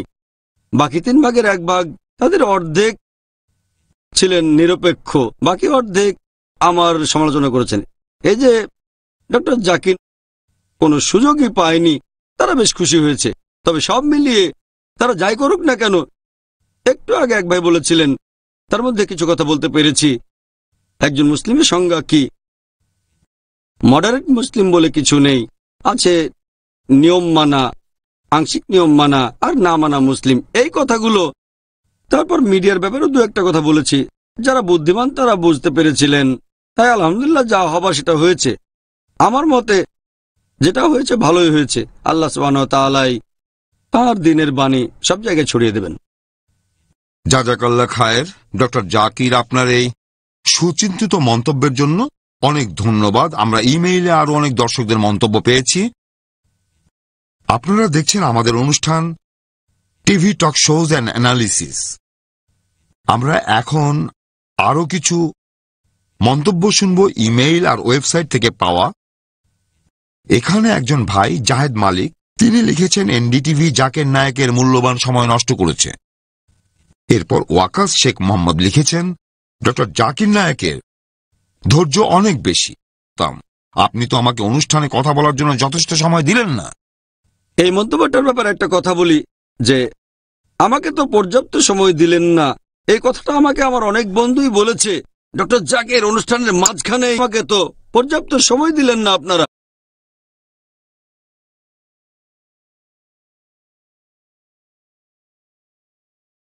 করা হতো তাদের আমার বন্ধুরা যারা জানে না, তারা অনেকে আমাকে বলেছে যে আপনার বলা উচিত ছিল এটা এডিট করবেন না, আমাকে পর্যাপ্ত সময় দেন। তারা যেটা করতো সেই জায়গাটা দেখাতো, এডিট করবেন না বা পর্যাপ্ত সময় দেন, কিন্তু অন্য জায়গায় এডিট করে ফেলতো আর সবাইকে বোঝাতো তারা খুব সৎ। তারা সেই জায়গাটাও দেখাচ্ছে যেখানে আমি বলছি এডিট করবেন না, তারপর অন্য জায়গায় এডিট করতো। এটাও দেখাবে আমি বলছি পর্যাপ্ত সময় দেন। এজন্য আমার বন্ধুদের বলছি, আমি মিডিয়ার মানুষ, তাই সেই ফাঁদে পা দিইনি, এ ধরনের কোনো মন্তব্য করিনি। এই লোকগুলো এরা আসলে জানে না পোস্ট প্রোডাকশনে কিভাবে এডিট করা যায়, আমি তাদের উদ্দেশ্যটাকে শ্রদ্ধা করি, কিন্তু আমি মিডিয়ার লোক, সেজন্য আমি তাদের ফাঁদে পা দিইনি। আমরা আরো কিছু মন্তব্য শুনবো। এরপর আরেক ভাই মোহাম্মদ ইকবাল বলেছেন, ইসলাম সম্পর্কে জানার জন্য শুধুমাত্র ডক্টর জাকির নায়েককে ডাকেন। আপনারা যা কিছু জানতে চান তিনি তার সবই জানাবেন। আমি চ্যালেঞ্জ করলাম, উনি একেবারে রেফারেন্স সহ সবগুলো প্রশ্নের উত্তর দেবেন। তাহলে দেখি পরবর্তী অনুষ্ঠানে এনডিটিভি কি করে। তারপর বোন তাহেরা সারোয়ার লিখেছেন, আপনারা ডক্টর জাকির নায়েকের মূল্যবান সময় নষ্ট করেছেন। বিভিন্ন ইমেইল আর এনডিটিভি ওয়েবসাইট থেকে আমরা এরকম অনেক মন্তব্য পেয়েছি। এরপর আদিল আইয়ুব লিখেছেন, আমি অবাক হইনি। ফিল্ম মেকার আর অভিনেত্রীরা তাদের মতো করে ইসলামের ব্যাখ্যা দিলেন, আর ডক্টর জাকির নায়েককে কথা বলার সুযোগই দেয়া হয়নি। এটা আসলে একটা নাটক, যেটা বারখা দত্ত বেশ চালাকি করে উপস্থাপনের চেষ্টা করলেন। তারপর আব্দুল্লাহ বাইসা লিখেছেন, ডক্টর জাকির জ্ঞানী মানুষ, তিনি সেই অনুষ্ঠানে পুরো সময়টা ধরেই হাসছিলেন।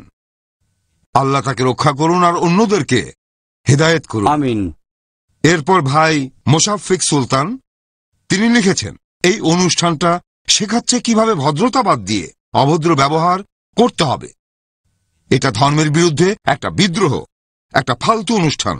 দর্শক বাড়ানোর জন্য তারা ডক্টর নায়েককে ডেকেছে, আর সবাই মিলে তাকে আক্রমণ করেছে। সৈয়দ আহমেদ লিখেছেন, চোখে দেখে সব বিশ্বাস করবেন না। আপনারা কিভাবে জানেন বারখা দত্ত কিছুই জানেন না? সেই অনুষ্ঠানে ডক্টর নায়েকের কথাগুলো বোঝার চেষ্টা করুন, অন্যদের ব্যাপারে মন্তব্য করার প্রয়োজন নেই। সপু মন্নু লিখেছেন, ডক্টর জাকির নায়েক একজন জ্ঞানী মানুষ। তিনি বর্তমান সময়ে এই বিষয়ের উপর সবচেয়ে বেশি জানেন। ইসলাম এবং অন্যান্য ধর্মের উপর তিনি অনেক কিছুই জানেন, আর সেগুলো তিনি রেফারেন্স দিয়েও বলতে পারেন। তাই মানুষজন তার কথাগুলো বাধ্য হয়ে শুনবে। তিনি এভাবে পুরো পৃথিবী জুড়ে অনেক মানুষকে সিরাতুল মুস্তাকিমে নিয়ে এসেছেন। এরপর মন্তব্য করেছেন ভাই আদিল আজিম। তিনি লিখেছেন, হায় বারখা, আমি আপনার ভক্ত ছিলাম, কিন্তু আমাকে হতাশ করেছেন। আপনি একচোখা। ডক্টর জাকির নায়েক আর মৌলানা মাদানিকে ডাকা হয়েছিল কি শুধুমাত্র দর্শক বাড়ানোর জন্য? তাদের কথা বলতেই দেয়া হয়নি। যারা ইসলামের উপর এক্সপার্ট না, তাদের কাছে ইসলাম সম্পর্কে জানতে চাচ্ছেন। আপনি যদি মনে করেন যে শাহরুখ খান আর সোহালি খান হলেন ইন্ডিয়ান মুসলিমদের মডেল, তাহলে বলবো আপনি ভুল করছেন। আমি একটা হাদিসের কথা বলবো। এটা উল্লেখ করেছেন হযরত উম্মে সালমা রাদিয়াল্লাহু তাআলা আনহা, যে রাসূল সাল্লাল্লাহু আলাইহি ওয়াসাল্লাম বলেছেন, একদিন পৃথিবীতে এরকম সময় আসবে যখন সত্যবাদীকে নিন্দা করা হবে মিথ্যাবাদী বলে, আর মিথ্যাবাদীকে প্রশংসা করা হবে সত্যবাদী বলে। অসৎ পেশায় নিয়োজিত মানুষকে বলা হবে সৎ মানুষ, আর সৎ মানুষকে তখন সবাই বলবে অপরাধী। সে সময় মানুষ টাকার বিনিময়ে একজন আরেকজনের বিরুদ্ধে সাক্ষ্য দেবে। তারপর তারা শপথ নিয়ে সবার সামনে নির্বিকারভাবে মিথ্যা বলবে। একটা উপদেশ দেই, ইসলাম সম্পর্কে জানতে চাইলে কোরআন পড়েন, বিশেষজ্ঞের কাছে যান। এরপর বোন শাম্মা গজ বলেছেন, আপনাদের প্রোগ্রাম উই দ্য পিপুল ভালো হয়নি, খালি খালি সময় নষ্ট। ডক্টর জাকির নায়েককে কথা বলার সুযোগ দেওয়া হয়নি, বারবার তাকে ইচ্ছে করে বাধা দেওয়া হয়েছে। বারখা মুসলিমদের আইডেন্টিটি জানার ব্যাপারে আগ্রহী ছিলেন না। তিনি ব্যস্ত ছিলেন ডক্টর নায়েকের কথার মধ্যে বাধা দেয়ার, যাতে ডক্টর নায়েক কথার উত্তর শেষ করতে না পারেন। শাহরুখ খানের উপর মনোযোগটা ছিল সবচেয়ে বেশি। এটা আসলে শাহরুখ খানের নতুন সিনেমা মাই নেম ইজ খান এর প্রমোশনের জন্য এনডিটিভির একটা অনুষ্ঠান, সিনেমার পাবলিসিটি। 90% সময় ইসলাম নিয়ে যারা কথা বলেছে তারা ইসলাম সম্পর্কে জানেই না। আবার দেখা হবে ইনশাল্লাহ। এখন ছোট্ট বিরতি।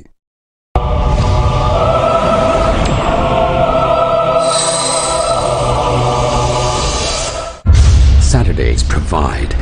In Britain, we are facing one big problem, that are you Muslim or British? The space to talk. In India, back home, they ask, are you a Muslim first or Indian first? And we Muslims should know how to reply, how to turn the tables over. The place to knock. Why Trinity cannot be regarded in that sense, Father, Son and Holy Spirit?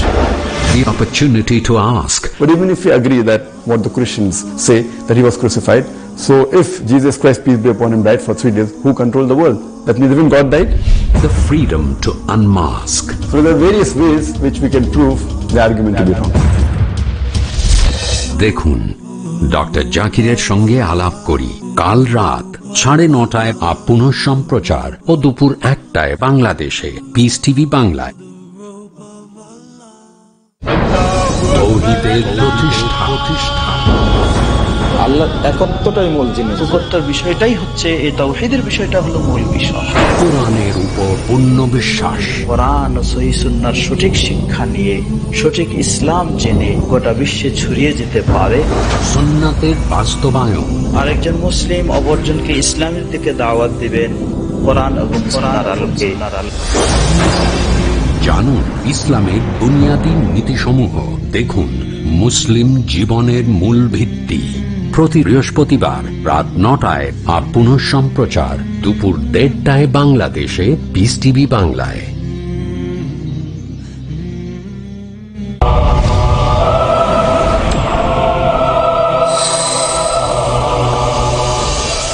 আসসালামু আলাইকুম ওয়া রাহমাতুল্লাহি ওয়া বারাকাতুহু।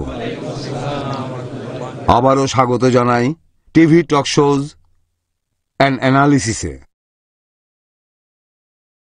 এরপর আমাদের আরেক বোন সুমাইলা সিদ্দিকী, তিনি লিখেছেন, বারখা ডক্টর জাকির নায়েককে কথা বলার সুযোগ দেননি। অনুষ্ঠানটা মুসলিমদের আইডেন্টিটি জানার জন্য করা হয়নি, করা হয়েছে মাই নেম ইজ খানের পাবলিসিটির জন্য। বারখা বারবার ডক্টর জাকির নায়েকের কথায় বাধা দিয়েছেন যাতে ডক্টর নায়েকের উত্তরটা শেষ না হয়। শাহরুখ যখন নিজেই বললেন যে তিনি ইসলাম সম্পর্কে বেশি কিছু জানেন না, তখন ইসলাম সম্পর্কে তার কাছে জানতে চাওয়াটাই বোকামি। যেন আপনি গাড়ির ড্রাইভারকে বলছেন একটা রোগের চিকিৎসা করতে। এমনকি অনুষ্ঠানটা শেষ করার সময়ও ডক্টর নায়েককে কথা বলতে দেয়া হয়নি। বারখা ডক্টর জাকিরকে বাদ দিয়ে সোহা আলীর কাছে চলে যান। তারপর তারা নিজেরাই দাড়ি আর টুপির বিষয়টা তুললেন। তখন শাহরুখ বললেন, মুসলিমরা দেখতে কেমন সেটা আসল কথা না, আসল কথা হলো তার চিন্তা ভাবনা কেমন। যদি আপনারা আগ্রহী না থাকেন যে মুসলিমরা দেখতে কেমন, তাহলে আপনারা দাড়ি আর টুপির বিষয়টা তুললেন কেন? এটাও একটা বোকামি। আপনারা ডক্টর জাকিরের মূল্যবান সময় নষ্ট করেছেন, অনুষ্ঠানটা একেবারে ফালতু। এরপর আরেক বোন রেশমা এম লিখেছেন, আমি অনুষ্ঠানটা দেখে হতাশ হয়েছি। ডক্টর জাকির নায়েকের মতো লোক সেখানে ছিলেন, কিন্তু তিনি কথা বলার তেমন কোনো সুযোগই পাননি। এটা হতাশাজনক। আর যখন কথা বলেছেন তখন বাধা দেওয়া হয়েছে। কেউই বুঝতে চাননি তিনি এই ব্যাপারে একজন বিশেষজ্ঞ। কিন্তু শাহরুখ, সোহা আলী আর এরকম মানুষকে সেখানে বেশি গুরুত্ব দেওয়া হয়েছে পুরো অনুষ্ঠানেই। এটা বোঝা যায় অনুষ্ঠানটা করা হয়েছে শাহরুখের নতুন সিনেমার পাবলিসিটির জন্য। আর বিভিন্ন ব্যাপারে এই অভিনেতা কি মতামত দেন সেটা জানাই আসল উদ্দেশ্য। অনুষ্ঠানটা খুবই খারাপ হয়েছে। আর এটা দেখে আমার একটা ধারণা আরো পাকাপোক্ত হয়েছে, মানুষ নিজেকে যতই খোলা মনের বলে দাবি করুক, ইসলামের কোনো কিছুই তারা কখনো মেনে নিতে পারে না। হোক সেটা টুপি বা হিজাব বা পবিত্র কোরআনের কোনো আয়াত। আমি ডক্টর নায়েকের সাথে একমত। আছে নিয়ম মেনে চলা আর না মানা মুসলিম। আর হিজাব নিয়ে যাদের আপত্তি আছে তাদের উদ্দেশ্যে বলছি, এটাতে আপনাদের সমস্যা কোথায়? এই মন্তব্যগুলো সংগ্রহ করা হয়েছে ওয়েবসাইট থেকে, বেশিরভাগ এনডিটিভির ওয়েবসাইট থেকেই, কিছু ফেসবুক থেকে। এবারে অনুষ্ঠানের এই পর্বে আমরা দর্শকদের মন্তব্য শুনব। এছাড়াও তারা ডক্টর নায়েককে বিভিন্ন প্রশ্ন করবেন। এখানে যারা আছেন তারা সেদিন ওই টক শোটা দেখেছিলেন এনডিটিভিতে, ডক্টর নায়েক যে অনুষ্ঠানে গিয়েছিলেন। এখন আপনারা আপনাদের অনুভূতি আর মতামত জানাতে পারেন। তবে কোনো কিছু সম্পর্কে আপনারা যদি ডক্টর নায়েকের কাছ থেকে কিছু জানতে চান, তাহলে তার কাছে আপনারা প্রশ্ন করে জেনে নিতে পারেন। ডক্টর জাকির নায়েক আপনাদের সমস্ত প্রশ্নের উত্তর দেবেন। হ্যাঁ ভাই, বলেন। হ্যাঁ ভাই।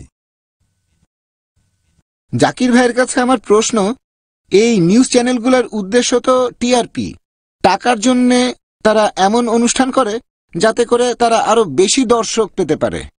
হ্যাঁ, এটা শুধু নিউজ চ্যানেলই না, বেশিরভাগ চ্যানেল তাদের সবার উদ্দেশ্য টিআরপি, আর তাদের এই উদ্দেশ্যটা টিআরপি বাড়ানো, এটা খারাপ না, কিন্তু টিআরপি বাড়াতে গিয়ে ভুল কথা বলাটা খারাপ। আপনি চাচ্ছেন আরো বেশি দর্শক আপনার চ্যানেল দেখুক, ঠিক আছে, কিন্তু দর্শক বাড়াতে গিয়ে ভুল কিছু প্রচার করাটা ঠিক না। আর বেশিরভাগ চ্যানেল, আপনি ঠিকই বলেছেন, বেশিরভাগ চ্যানেলই হচ্ছে বাণিজ্যিক চ্যানেল। তারা টিভি চ্যানেল বানাচ্ছে টাকা ইনকামের জন্য, তাই অনেক সময় ভুল কথাটা প্রচার করে যাতে করে তাদের দর্শক সংখ্যা বেড়ে যায়। হ্যাঁ, আর কেউ? হ্যাঁ ভাই, আপনি বলেন। আসসালামু আলাইকুম। ওয়ালাইকুম আসসালাম রহমতুল্লাহ। আমার প্রশ্নটা করার আগে ওই অনুষ্ঠানটা সম্পর্কে একটা মন্তব্য করি। এই টক শোটা দেখার পরে আমি বুঝতে পারলাম ডক্টর নায়েকের একজন ভক্ত হিসেবে যে ইসলাম সম্পর্কে যারা জানে না সেই সব নাম সর্বস্ব মুসলিমের কাছে ইসলাম সম্পর্কে জানতে চাইলে দ্বিধাদ্বন্দ্বে পড়ে যাবেন। আর এজন্যই পবিত্র কোরআনে আল্লাহ সুবহানাহু ওয়া তাআলা বলেছেন, যদি তোমরা না জানো তাহলে জ্ঞানীদেরকে জিজ্ঞাসা করো। এবারে আমার প্রশ্নটা করি, সেই টক শোটা চলার সময় বারখা দত্ত সব প্যানেলিস্টকে একটা প্রশ্ন করেছিলেন যে মুসলিমরা এখন অ্যাপিয়ারেন্সের ব্যাপারে অনেক সচেতন। এখন তাদের মধ্যে অনেকেই মাথায় টুপি পরছে, মুখে দাড়ি রাখছে, মুসলিম মহিলারা হিজাব পরছে। আর স্বাভাবিকভাবেই বারখা দত্ত এই ব্যাপারটাতে আপনার মতামত শোনেননি, তার বদলে এটা সম্পর্কে জানতে চাইলেন নাজিব জংয়ের কাছে। তখন নাজিব জং বললেন, যেসব মুসলিম মাথায় টুপি পরে, মুখে দাড়ি রাখে অথবা হিজাব পরে তারা 1%-এরও কম। আমি তার সাথে মোটেও একমত নই। এই ব্যাপারটাতে আমি ডক্টর জাকির নায়েকের মন্তব্যটা শুনতে চাই, কারণ ওনাকে আমি এ ব্যাপারে একজন বিশেষজ্ঞ বলে মনে করি। জাযাকাল্লাহ।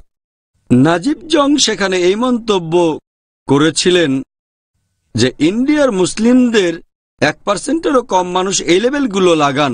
বারখা দত্ত যেগুলোর কথা বলেছিলেন যে পুরুষরা টুপি পরে আর দাড়ি রাখে, মহিলারা বোরখা পরে, তিনি বললেন যে এরা ইন্ডিয়ায় 1%-এরও কম। এরপর তিনি বললেন যে তার ইউনিভার্সিটিতে, তিনি জামিয়া মিলিয়ার ভিসি, তিনি বললেন তার ছাত্রছাত্রী প্রায় 20,000, সেখানে কো এডুকেশন, আর খুব কম স্টুডেন্ট টুপি পরে দাড়ি রাখে বা বোরখা পরে 1%-এরও কম হবে।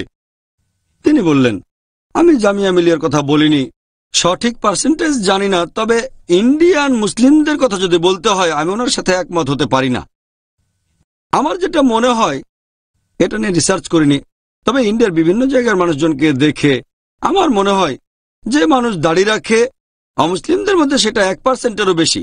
উনি বললেন মুসলিম, অমুসলিমদের মধ্যেই ইন্ডিয়া বা সারা পৃথিবীতে 1%-এর বেশি হবে। উনি বলছেন মুসলিম। মুসলিমরা আমি বলবো সেটা হবে আনুমানিক 25 থেকে 30% কমপক্ষে।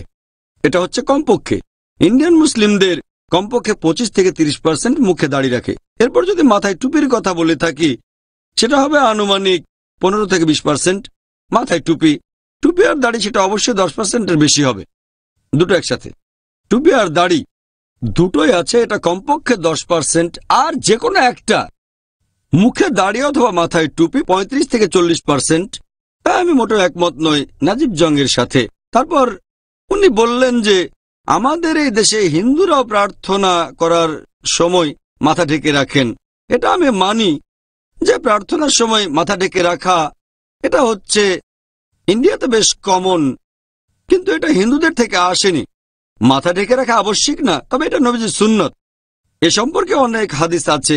সহিহ বুখারীর 7 নম্বর খণ্ড বুক অব ড্রেস 16 নম্বর অধ্যায়ে আছে নবীজি তার মাথা ঢেকেছিলেন। এরপর সহিহ বুখারীর 7 নম্বর খণ্ড 5807 নম্বর হাদিস, নবীজি তার মাথা ঢেকে রেখেছিলেন। এরকম আরো সহিহ হাদিস আছে। এটা হলো সুন্নাহ। কোনো হাদিসই বলছে না যে নবীজি বাইরে গেছেন কিন্তু টুপি পরেননি। এটা ইসলাম ধর্মে ফরজ না, এটা সুন্নত, এটা মুসলিম আইডেন্টিটির একটা অংশ। দাড়ির ব্যাপারটাও একই। এখানে আমি একটা কথা বলবো, আমি জামিয়া মিলিয়ার ব্যাপারে জানি না, তবে আমি শিওর, যদিও জামিয়া মিলিয়া যায়নি, এমনকি সেখানেও ছাত্ররা ইনশাআল্লাহ যদি মুসলিম হয় অন্তত পক্ষে তাদের 10% হয় টুপি পরে, না হয় দাড়ি রাখে, বা দুটোই। আমার জানা মতে জামিয়া মিল্লিয়ার বেশিরভাগ ছাত্রই অমুসলিম। উনি বলেছেন মুসলিম। যখন আমরা মুসলিমদের ব্যাপারে বলছি, বেশিরভাগ ছাত্রই অমুসলিম, সেজন্যই তো বলছি মুসলিম ছাত্রদের মধ্যে। আমি মুসলিম ছাত্রদের কথা বলছি, অবশ্য পার্সেন্টেজ জানি না, আমি জামিয়া মিলিয়ায় যাইনি। এখানে আমি আরেকটা কথা বলি, নাজিব জং এর মুখেও কিন্তু দাড়ি ছিল। এখানে আমি বলবো দাড়ি অথবা টুপি হবে 35 থেকে 40% মতো। এখন আপনারা নাজিব জংকে একজন মুসলিম বলতে পারেন। উনিও বললেন যে তিনি মুসলিম, মুখেও দাঁড়িয়ে আছে, কেন রেখেছেন জানি না, তবে দাঁড়িয়ে আছে। আর কেউ কি কোনো প্রশ্ন করবেন? হ্যাঁ ভাই।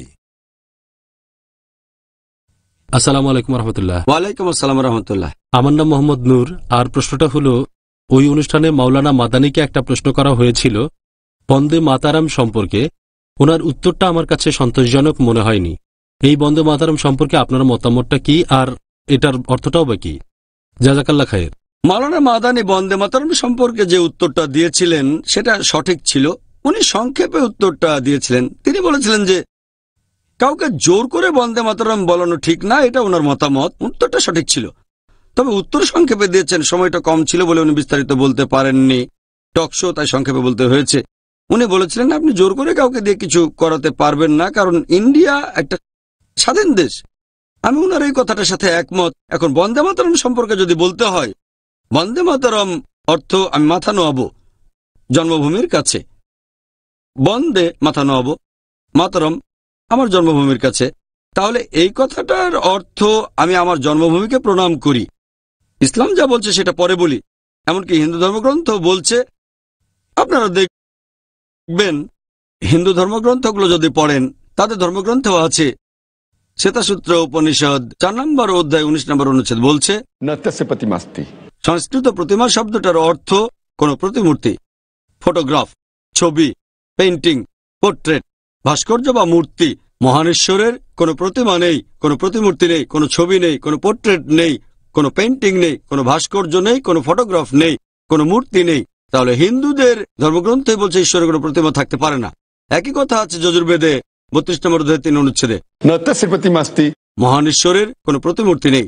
তাহলে হিন্দুদের ধর্মগ্রন্থ বলছে ঈশ্বরের প্রতিমা বানানো ঠিক না। যখন বলা হচ্ছে এই জন্মভূমি হলো ঈশ্বরের মতো, তার কাছে মাথা নত করো, হিন্দু ধর্মগ্রন্থ বলছে এটা ঠিক না। আর ইসলাম ধর্মে এটা একেবারে পরিষ্কার যে আমরা মাথা নোয়াবো শুধুমাত্র স্রষ্টা আল্লাহ তাআলার কাছে।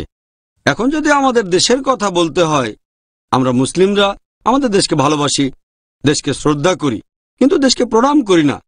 শুধুমাত্র ইন্ডিয়ায় না, পাকিস্তানেও আমরা দেশকে প্রণাম করি না, সৌদি আরবকেও আমরা প্রণাম করি না। শুধুমাত্র ইন্ডিয়ায় না, একজন মুসলিম যদি সৌদি আরবে থাকেন, যদি সৌদি নাগরিক হন, তিনি সৌদি আরবকে সেজদা করবেন না। একজন পাকিস্তানি তার দেশকে সেজদা করবে না। শুধু ইন্ডিয়ায় না, আমরা সেজদা করি শুধুমাত্র আল্লাহ সুবহানাহু ওয়া তাআলাকে। আমরা আমাদের মাকেও সেজদা করতে পারি না। মাতৃভূমি তো অনেক পরের কথা। যে মা আমাকে জন্ম দিয়েছেন, যিনি আমার মা, সেই মাকে আমরা সেজদা করতে পারবো না। তাহলে জন্মভূমি বা মাতৃভূমিকে সেজদা করার প্রশ্ন আসছে কেন? আমরা দেশকে ভালোবাসি, দেশকে শ্রদ্ধা করি। এই দেশ আমাদের অনেক সুযোগ সুবিধা দিয়েছে, তবে দেশকে আমরা আমাদের মায়ের সাথে তুলনা করতে পারি না, আল্লাহর সাথেও করতে পারি না। তাহলে এভাবে ইসলাম ধর্ম অনুযায়ী আর হিন্দু ধর্ম অনুযায়ী নিজের দেশকে সেজদা করা আর দেশকে আল্লাহ তাআলার সমান করে দেখা, বন্দে মাতরমে এটা অনেকবার বলা হয়েছে, এটা পুরোপুরি ভুল। আমাদের আলোচনা চলতে থাকবে। এখন একটা ছোট্ট বিরতি।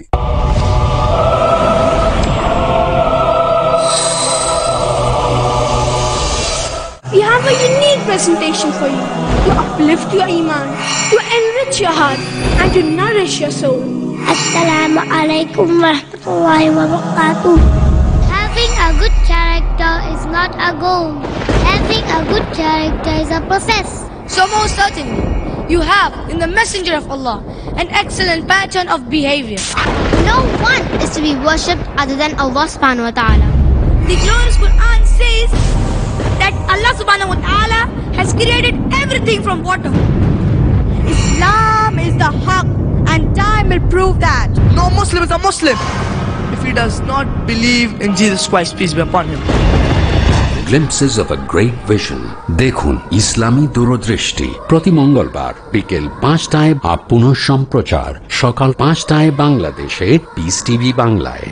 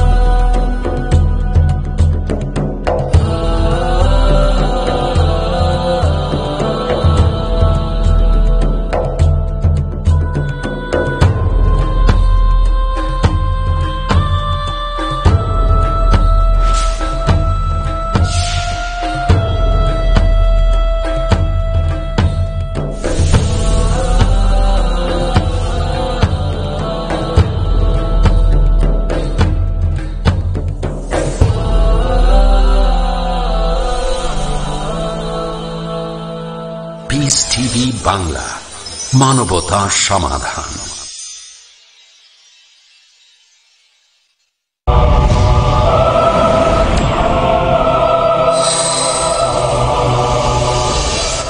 আসসালামু আলাইকুম ওয়া রাহমাতুল্লাহি ওয়া বারাকাতুহু। আবারও অনুষ্ঠানে আপনাদের স্বাগতম। TV talk shows and analysis. দর্শকদের কাছে ফিরে যাবার আগে কয়েকটা ইমেইল পড়ে শোনাই।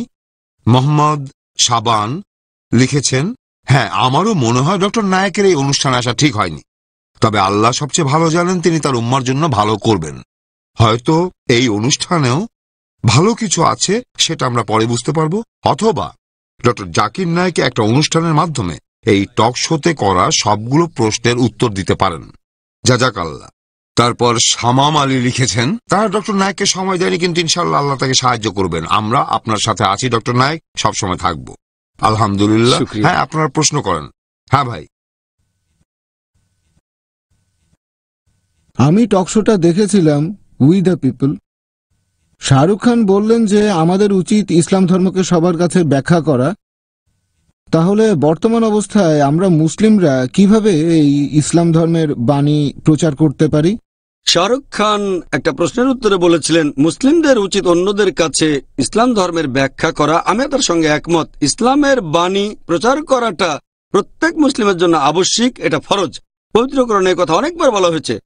সূরা আল ইমরান 3 নম্বর সূরার 110 নম্বর আয়াত পবিত্র কোরআনে বলা হয়েছে, কুনতুম খায়রা উম্মাতিন উখরিজাত লিন-নাস, তোমরা শ্রেষ্ঠ উম্মত, মানুষ জাতির জন্য আবির্ভূত হয়েছে। মুসলিমদের এখানে বলা হয়েছে শ্রেষ্ঠ উম্মত। কারণটাও বলা হয়েছে, আমরা সৎ কাজে নির্দেশ দেই, অসৎ কাজে নিষেধ করি। তা'মিরুনা বিল মারুফ ওয়া তানহাউনা আনিল মুনকার ওয়া তু'মিনুনা বিল্লাহ।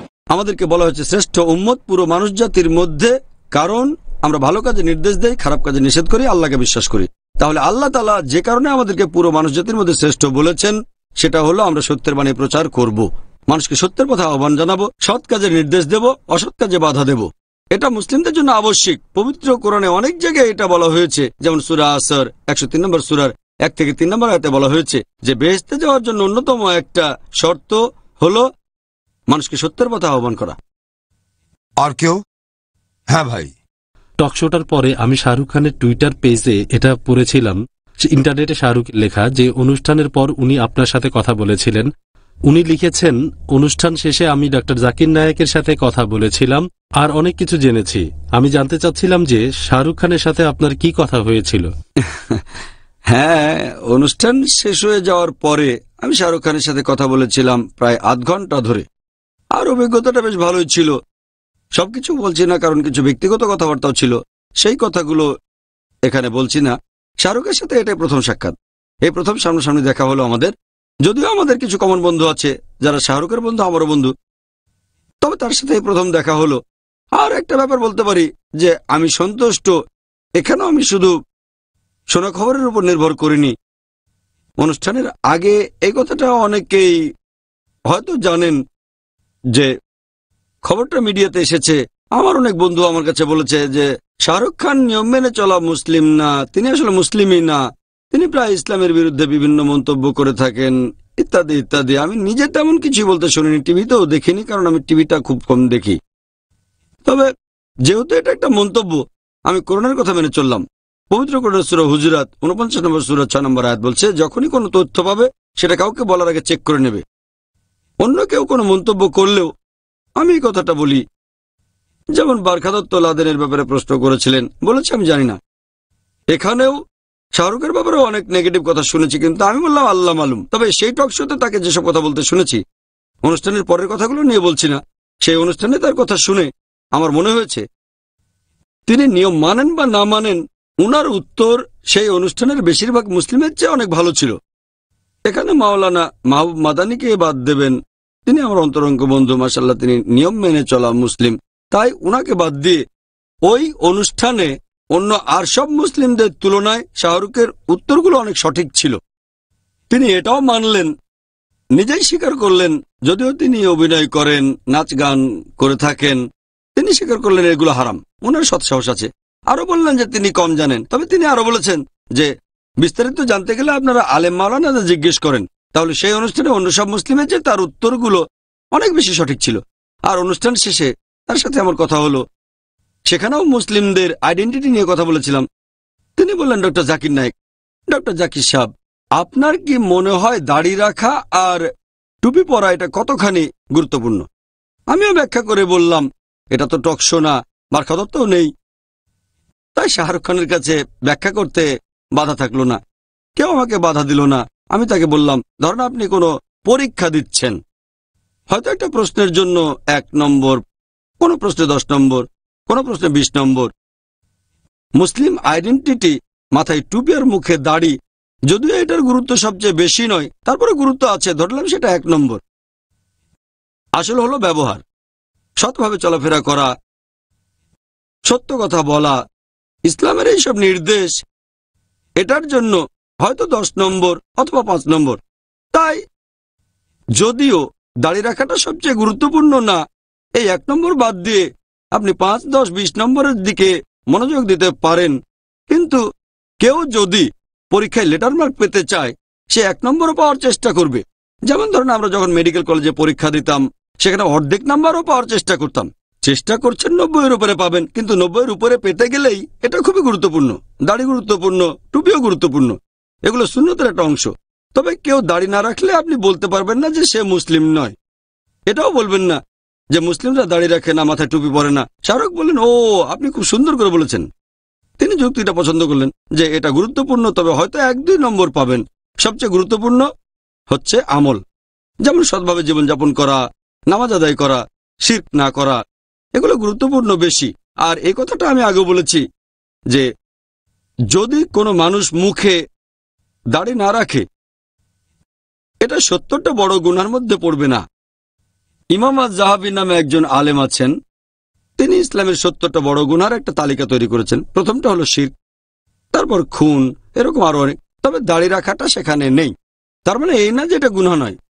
অনেক আলেম বলেন দাড়ি রাখাটা সুন্নত, মুস্তাহাব, উৎসাহ দেওয়া হয়েছে। অনেক আলেম বলেন মুখে দাড়ি রাখাটা হচ্ছে ফরজ। যাই হোক, দাড়ি না রাখাকে কেউ বড় গুনাহ বলেননি, হয় এটা ছোট গুনাহ, রাখাটা গুরুত্বপূর্ণ সুন্নাহ। তাই দাড়ি না রাখলেও বড় গুনাহ হবে না। আশা করি উত্তরটা পেয়েছেন। আপনাকে অনেক ধন্যবাদ। এবারে আরো প্রশ্ন দর্শকদের মধ্য থেকে। প্রশ্ন করার আগে আপনার নাম আর পেশাটা বলবেন। আমি ওবেদ খান। এনডিটিভির সেই অনুষ্ঠানে শাহরুখ খান একটা মন্তব্য করেছিলেন যে মুসলিমদের জন্য একজন মুসলিমের মতো দেখানোটা গুরুত্বপূর্ণ না, মুসলিমের মতো অনুভব করাটা গুরুত্বপূর্ণ। এই ব্যাপারে আপনার মন্তব্যটা জানতে চাই।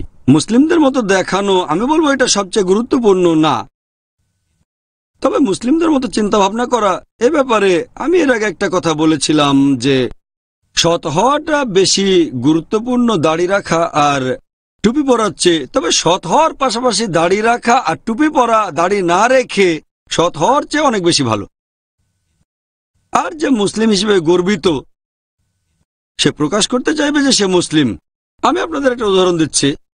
কেউ যখন মেডিকেল ডিগ্রি পাশ করে, সে তখন ডাক্তার হয়। এমবিবিএস ডিগ্রি পেলে তখন সে তার নামের আগে ডক্টর লাগায়। কেন? কারণ সে ডাক্তার হয়ে গর্বিত। যে মানুষটা মুসলিম হিসেবে গর্ববোধ করে, সে প্রকাশ করতে চাইবে যে সে মুসলিম। এটা হলো মুসলিমদের এমনই একটা লেভেল, মুখে দাড়ি রাখা আর মাথায় টুপি পরা। আশা করি উত্তরটা পেয়েছেন। প্রশ্ন করার আগে আমি আবারও কয়েকটা মন্তব্য পড়ে শোনাচ্ছি। এখানে শাহজিনী ইব্রাহিম হাসান সিদ্দিক লিখেছেন, ওরা আসলে সবাই ডক্টর জাকির নায়েককে ভয় পেয়ে গিয়েছিল।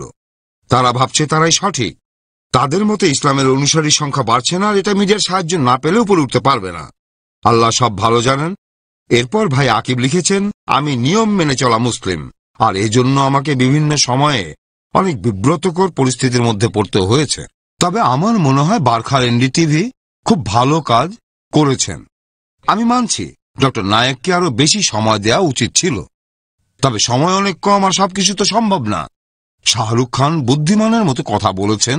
তার কথার মধ্যে 2-1টা ব্যাপারে ভুল ছিল, যেহেতু আমরা মানুষ, এরকম 2-1টা ব্যাপারে ভুল হতেই পারে। এনডিটিভি আর বাখরাকে অভিনন্দন। তবে কবির খান, পদামসি, নাজিব আর সোহা এরা বলেছেন না জেনে। আমি আগেও বলেছি, উনি ইসলাম সম্পর্কে যা বলেছেন সেটা ওখানকার বেশিরভাগ মুসলিমদের তুলনায় অনেক সঠিক ছিল। শাহরুখ খান সম্পর্কে মানুষজন আসলে একটু অন্যরকম ভাবে।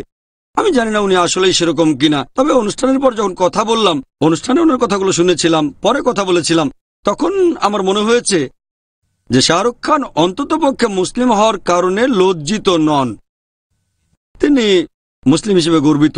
তবে মানুষ অন্যরকম কথা বলে, কিন্তু আমি সেরকম কিছুই দেখিনি, তাই আমি লোকজনের সাথে একমত না। আমার ভুলও হতে পারে, হয়তো লোকজন আমার চেয়ে ভালো জানে, আমি তো মাত্র একবার দেখেছি, তবে সামনাসামনি দেখেছি। যেটা শুনেছি সেই টকশোতে আর অনুষ্ঠান শেষে যে আলোচনা করেছিলাম তাতে আমার মনে হয়েছে যে উনি মানেন ওনার পেশাটা ঠিক না, তবে উনি মুসলিম হিসেবে গর্বিত আর তিনি ইসলাম সম্পর্কে আরো বেশি জানতে চান। ইসলাম ধর্মও আমাদের একথাই বলছে যে শুধু শোনা কথায় বিশ্বাস করবেন না। তাই আমি ওনার ব্যাপারে লোকজনের কথার সাথে একমত নই। আমি দেখেছি যে উনি সম্পূর্ণ একজন আলাদা মানুষ। হ্যাঁ ভাই, আপনাকে স্বাগতম। শাহরুখ খানের প্রসঙ্গে বলছি, আমি শুনেছিলাম যে উনি বলেছেন যে তিনি এখন নাকি নামাজ পড়ছেন, এছাড়া এবছরেই তিনি হজে যেতে চাচ্ছেন। আমি ঠিক জানি না আপনার সাথে কথা বলার জন্যই এরকম হলো কিনা, আল্লাহ তাকে হেদায়েত করেছেন আর সেজন্যই তিনি বলেছেন যে এখন নামাজ পড়ি। আরো বলেছেন যে ইনশাল্লাহ এবছর আমি হজে যাব। আল্লাহ যেন তাকে হেদায়েত করেন। সেটা জানি না, তবে আমাদের দুজনের বেশ কিছু কমন বন্ধু আছে আর উনি আমাকে বলেছেন যে আমার ভিডিও তিনি দেখেছেন। আমি আল্লাহ তাআলার কাছে দোয়া করি তিনি যেন সবাইকে হেদায়েত করেন আর ইসলাম ধর্মের কাছাকাছি নিয়ে আসেন। আবার দেখা হবে ইনশাল্লাহ। এখন ছোট্ট বিরতি।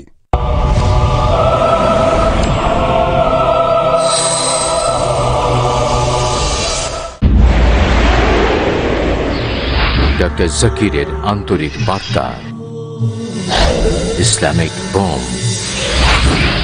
ইসলাম এসেছে আরবি মূল শব্দ সালম বা সালমুন থেকে, যার অর্থ শান্তি। এটা মূল শব্দ সিলম থেকেও এসেছে, যার অর্থ নিজের ইচ্ছাকে আল্লাহর কাছে সমর্পণ করা। মানুষ ভয় পায় একদিন হয়তো আরবদের হাতে নিউক্লিয়ার বোম চলে আসতে পারে। তারা বুঝতে পারে না ইসলামিক বোম, শান্তির বোম অনেক আগেই পড়ে গেছে। এটা পড়েছে যেদিন নবী মুহাম্মদ সাল্লাল্লাহু আলাইহি সাল্লাম জন্মগ্রহণ করেন। পিস টিভি বাংলা, মানবতার সমাধান।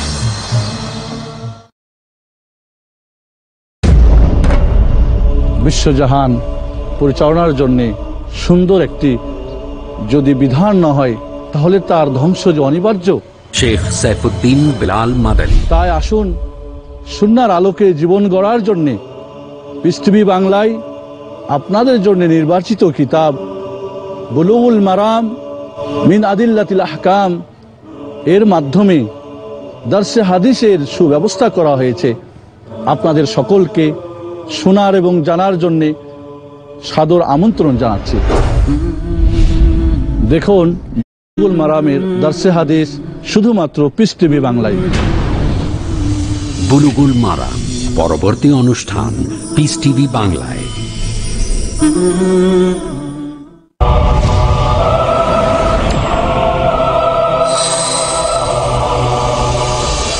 আসসালামু আলাইকুম ওয়া রাহমাতুল্লাহি ওয়া বারাকাতুহু।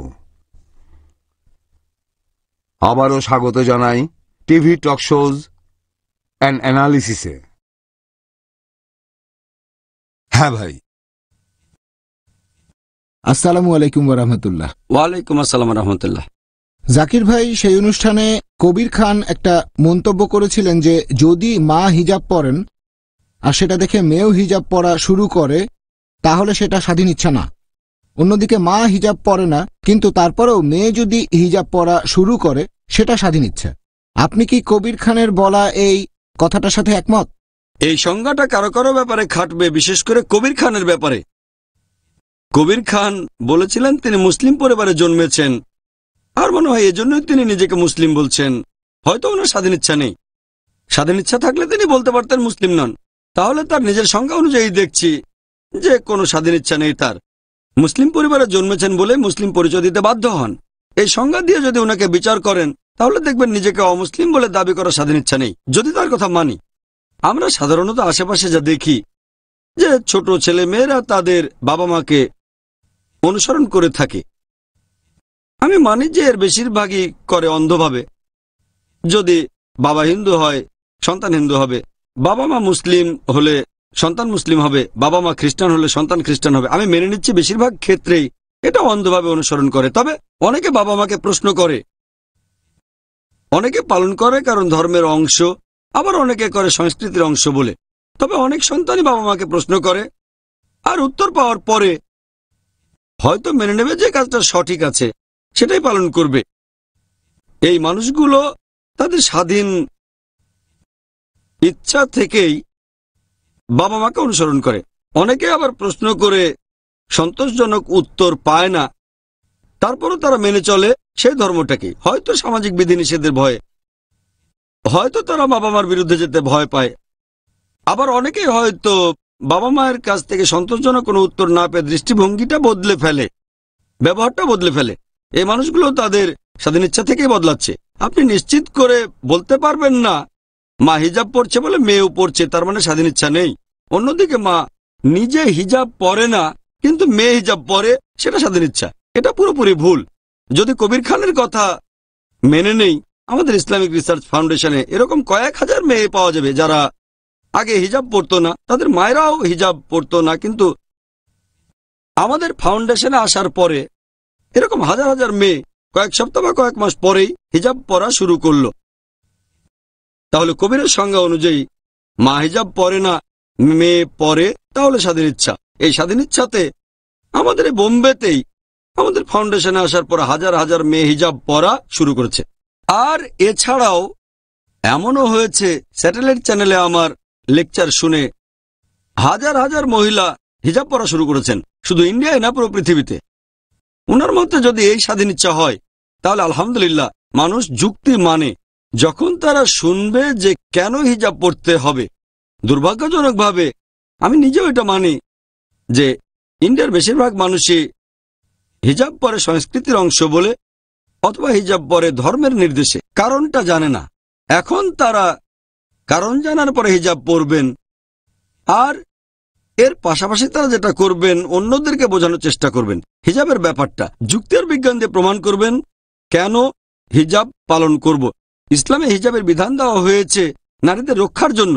আর আমার মতে সবাই না হলেও বেশিরভাগ মহিলা যদি তারা যুক্তি মানেন তাহলে হিজাব পালন করবেন। আর এই কারণে আমি জানি পৃথিবী জুড়ে অনেকেই ইসলাম গ্রহণ করছেন।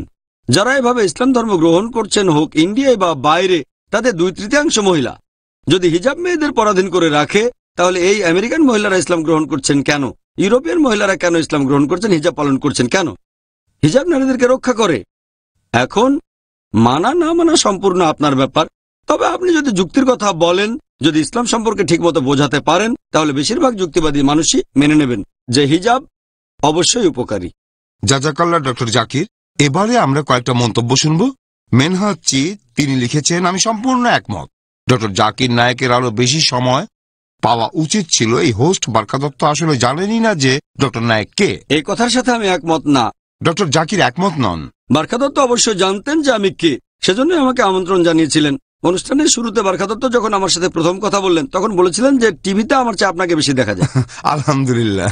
আর যখন 3 নম্বর প্রশ্নটা করলেন তখন বলেছিলেন যে আমি জানি আপনি দর্শকদের প্রশ্নের উত্তর দিতে বেশি পছন্দ করেন। উনি আমাকে চেনেন না এই কথার সাথে তাই একমত না আমি। উনি আমাকে চেনেন, আর মডারেটর হিসেবে উনি আসলেই খুবই এক্সপার্ট। উনি পুরোপুরি সততার সাথে অনুষ্ঠানটা পরিচালনা করেননি। ওনার দৃষ্টিভঙ্গি আলাদা ছিল। কথা আগেও বলেছি, কোনো অনুষ্ঠানের মডারেটর আর প্রডিউসারের সততা এবং আন্তরিকতার উপরেই নির্ভর করবে দর্শকরা কি দেখবেন। বারকা দত্ত তাহলে ডক্টর জাকিরকে চিনতেন। এরপর নাদিয়া জামান লিখেছেন, আমিও একমত। ডক্টর জাকিরকে কথা বলার সুযোগই দেওয়া হয়নি। ভবিষ্যতে ডক্টর জাকিরকে অনুষ্ঠান করা বাদ দিতে হবে এই জাহেল মুসলিমদের সাথে, বিশেষ করে সোহা আলিয়ার কবির খানের মতো লোকজন।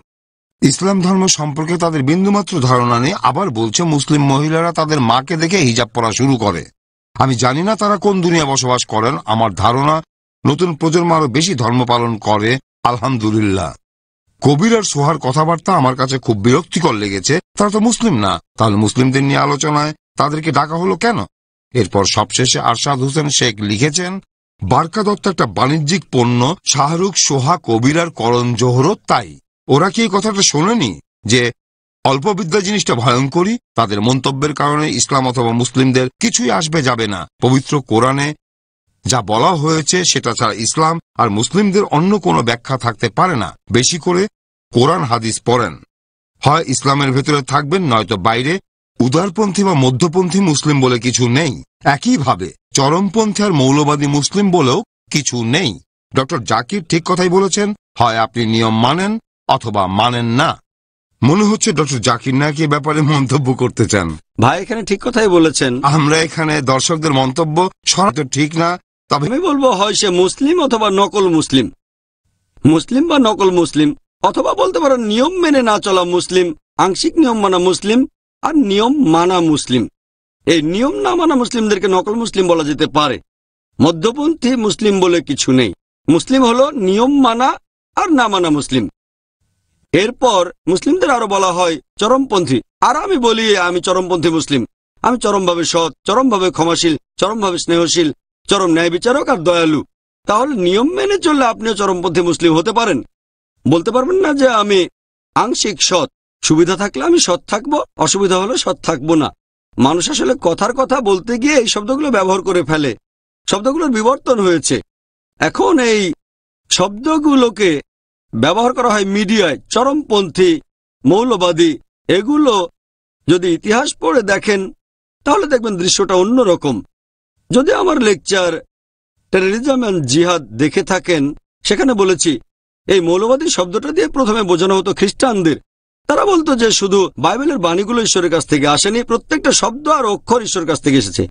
আর এখন আপনারা অক্সফোর্ড ডিকশনারি খুললে দেখতে পাবেন মৌলবাদী মানে যে মানুষ কোন ধর্মের প্রাচীন রীতিনীতিগুলোকে আঁকড়ে পড়ে থাকে। নতুন ভার্সনে একটু বদলানো হয়েছে। মৌলবাদী হলো সেই লোক যে কঠিনভাবে কোনো ধর্মের প্রাচীন রীতিনীতিকে আঁকড়ে থাকে, বিশেষ করে ইসলাম। যদিও গত শতাব্দীর প্রথম দিকে শব্দটা দিয়ে বোঝানো হতো খ্রিস্টানদের, এখন বোঝানো হচ্ছে মুসলিমদের। তাহলে এভাবে শব্দের অর্থ বদলে যায়। তবে মৌলবাদী মানে যে মূল বিষয়টা মেনে চলে। যদি ভালো মুসলিম হতে চান ইসলামের মূলনীতিগুলো মেনে চলতে হবে। যদি ভালো হিন্দু হতে চান হিন্দুইজমের মূলনীতিগুলো মেনে চলতে হবে। যদি ভালো গণিতজ্ঞ হতে চান গণিতের মূলনীতিগুলো মেনে চলতে হবে। জাজাকাল্লাহ ডক্টর জাকির। আর কোনো ভাই প্রশ্ন করবেন? হ্যাঁ ভাই, আপনি বলেন, মাইকটা ওনার কাছে দেন। আসসালামু আলাইকুম রহমতুল্লাহ। ওয়ালাইকুম আসসালাম রহমতুল্লাহ বারাকাতুহু। আমার নাম ফারহান, আমি একজন ছাত্র। কবির খান বলেছিলেন আপনি ইসলামের যে সংজ্ঞাটা দিয়েছিলেন সেটা সংকীর্ণ। এ ব্যাপারে আপনার মন্তব্যটা জানতে চাই যে আপনি কি ইসলামের সংজ্ঞাটা বদলাবেন নাকি যে সংজ্ঞাটা বলেছিলেন সেটাই থাকবে? ভাই প্রশ্ন করলেন যে কবির খান বলেছিলেন ইসলামের সংজ্ঞাটা খুবই সংকীর্ণ। আমি বলেছিলাম ইসলাম মানে আল্লাহ তাআলার কাছে নিজের ইচ্ছাকে সমর্পণ করা। এখন আপনি যদি কোনো শব্দের অর্থ জানতে চান কোথায় দেখবেন? একটা ডিকশনারিতে। যদি কোনো ইংরেজি শব্দের অর্থ জানতে চান তাহলে ডিকশনারিতে দেখবেন। হুট করে একটা মন্তব্য করে বসবেন না। আপনি যদি কোনো একটা শব্দের অর্থ না জানেন তাহলে ডিকশনারি দেখেন, যে কোনো আরবি ডিকশনারি দেখেন। ইসলাম এসেছে আরবি শব্দ সলম থেকে, যার অর্থ শান্তি, অথবা সালাম যার অর্থ শান্তি। এর আরেকটা মূল শব্দ হচ্ছে সিলম, যার অর্থ আল্লাহর কাছে আত্মসমর্পণ করা। তাহলে ইসলাম শব্দের অর্থ আল্লাহর কাছে আত্মসমর্পণ করে শান্তি অর্জন করা। আর যে আল্লাহর কাছে আত্মসমর্পণ করে সে হলো মুসলিম। তাহলে এটা একটা আরবি শব্দ। আমি জানি না কবির খান কতটা আরবি জানেন। আপনি যদি আরবি ভাষা না জেনে তার সমালোচনা শুরু করে দেন তাহলে তো অনেকটা এরকম যে গাড়ির ড্রাইভারকে দিয়ে কোনো রোগের চিকিৎসা করাচ্ছেন। আমি জানি না কবির খান কতটুকু আরবি জানেন, আর না জেনেও কতখানি সমালোচনা করা যায় সেটাও জানি না আমি। এটাই হলো আমাদের মিডিয়া। আরবি ভাষা না জেনে আপনি তার সমালোচনা শুরু করে দিয়েছেন। এখানে আমি বলবো যদি আপনারা জানতে চান তাহলে আসল জিনিসটার কাছে আসেন। মুসলিমদের সম্পর্কে যদি আপনারা জানতে চান তাহলে কোরআন পড়ে দেখেন। পবিত্র কোরআনে অনেক জায়গাতেই বলা হয়েছে মুসলিম মুসলিম মুসলিম, তার মানে যে আল্লাহ তাআলার কাছে নিজের ইচ্ছাকে সমর্পণ করে। সূরা আল ইমরান 3 নম্বর সূরা 64 নম্বর আয়াত। আরো অনেক জায়গায় আছে। আশা করি উত্তরটা পেয়েছেন। আর কেউ প্রশ্ন করবেন? হ্যাঁ ভাই। আসসালামু আলাইকুম, আমি আমান বুখারী।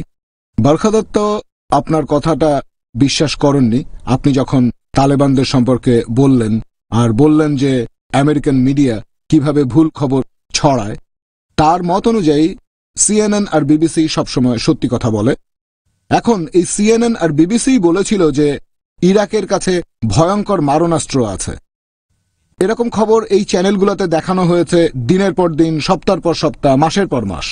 এখন আমেরিকান সৈন্যরা ইরাক দখল করেছে, কিন্তু সেখানে তারা ভয়ঙ্কর কোনো মারণাস্ত্র খুঁজে পায়নি। বারখা দত্তের কাছে আমার প্রশ্ন, কামান বারখা, এখন আপনি কি বলবেন? সেই ভয়ঙ্কর মারণাস্ত্র কোথায়? আপনার মন্তব্য শুনতে চাই। এরকম উদাহরণ আরো অনেক দেয়া যায়, আর আমিও মানি। এমন না যে আমি সাদ্দাম হোসেনের ভক্ত, এটাও বলি না যে সাদ্দাম নিয়ম মেনে চলা মুসলিম। তবে এখানে আমেরিকা ইরাকে আক্রমণ করলো, তারপর নির্দেশ জারি করলো এখানে কোনো ঔষধ বা খাবার যাবে না, আর এই কারণে প্রায় 5 লক্ষ শিশু মারা গেছে এই অবরোধের কারণে। আমেরিকার অবরোধ, কাকে দোষ দেব? তারা যখন ইরাক দখল করলো তখন কোনো ভয়ঙ্কর অস্ত্র খুঁজে পেল না, কাকে দোষ দেব? আমি দোষ দেব জর্জ বুশকে, একেবারে পরিষ্কার। বারখা দত্ত কেন এটা বুঝতে পারছেন না? আর তিনিও মিডিয়ায় কাজ করেন, হয়তো না, আসলে কারণটা আমি জানি না। এটা তো একেবারে পরিষ্কার। এমনকি যখন সাদ্দাম হোসেনকে অ্যারেস্ট করা হলো, বিচারও হয়েছিল, তথাকথিত নাকি সুবিচার, আমি জানি না। সেই মানুষটা যাই করে থাকুক, ইসলাম অনুযায়ী আমরা তার সুবিচার করব, যার বিরুদ্ধে অভিযোগ এসেছে। তার সাথে আমরা ন্যায় বিচার করার চেষ্টা করব। আমার সন্দেহ এটা ন্যায় বিচার ছিল কিনা। আমি মানি সাদ্দাম হোসেন অনেক খারাপ কাজ করেছে, হয়তো, তবে এটা নিশ্চিত তার কাছে কোনো ভয়ঙ্কর মারণাস্ত্র ছিল না, প্রমাণ নেই। তখন জর্জ বুশের নামে কেউ অভিযোগ করেছিল? হ্যাঁ, পরবর্তীতে অনেকে অভিযোগ করেছে যে তিনি 1 নম্বর সন্ত্রাসী। তারপর একটা জরিপ হলো আমেরিকাতে আর পুরো পৃথিবীতে, কে 1 নম্বর সন্ত্রাসী? সে কি বিন লাদেন, নাকি সাদ্দাম হোসেন, নাকি সে জর্জ বুশ? আর সেই জরিপে সবগুলো জায়গাতেই, হোক সেটা আমেরিকায় বা ইংল্যান্ডে বা অন্য কোনো দেশে, জর্জ বুশ সবাইকে হারিয়ে দিয়েছেন। সবচেয়ে কম ভোট 73%, কোনো কোনো জায়গায় 80%-এরও বেশি। এখন লোকজন তুলনা করছে, আমেরিকানরা তুলনা করছে, কে 1 নম্বর সন্ত্রাসী, বিন লাদেন, সাদ্দাম হোসেন নাকি জর্জ বুশ? এমনকি বিবিসির ভোটেও জর্জ বুশ বিজয়ী হয়েছেন। বারখা দত্ত কি এই ব্যাপারটা জানেন না? তারা খুব সহজেই এই কাজটা করে যায়। তারা যেটা চায় সেটা ফলাও করে প্রচার করে, আর যেটা চায় না সেটা একবার বলে থেমে যায়, যাতে মনোযোগটা না পড়ে। বারখা দত্ত তো মিডিয়ায় অনেকদিন আছেন, সেই একই বিবিসি, এটা সাধারণ মানুষের মতামত। বারখা কি বলছেন? Come on BBC.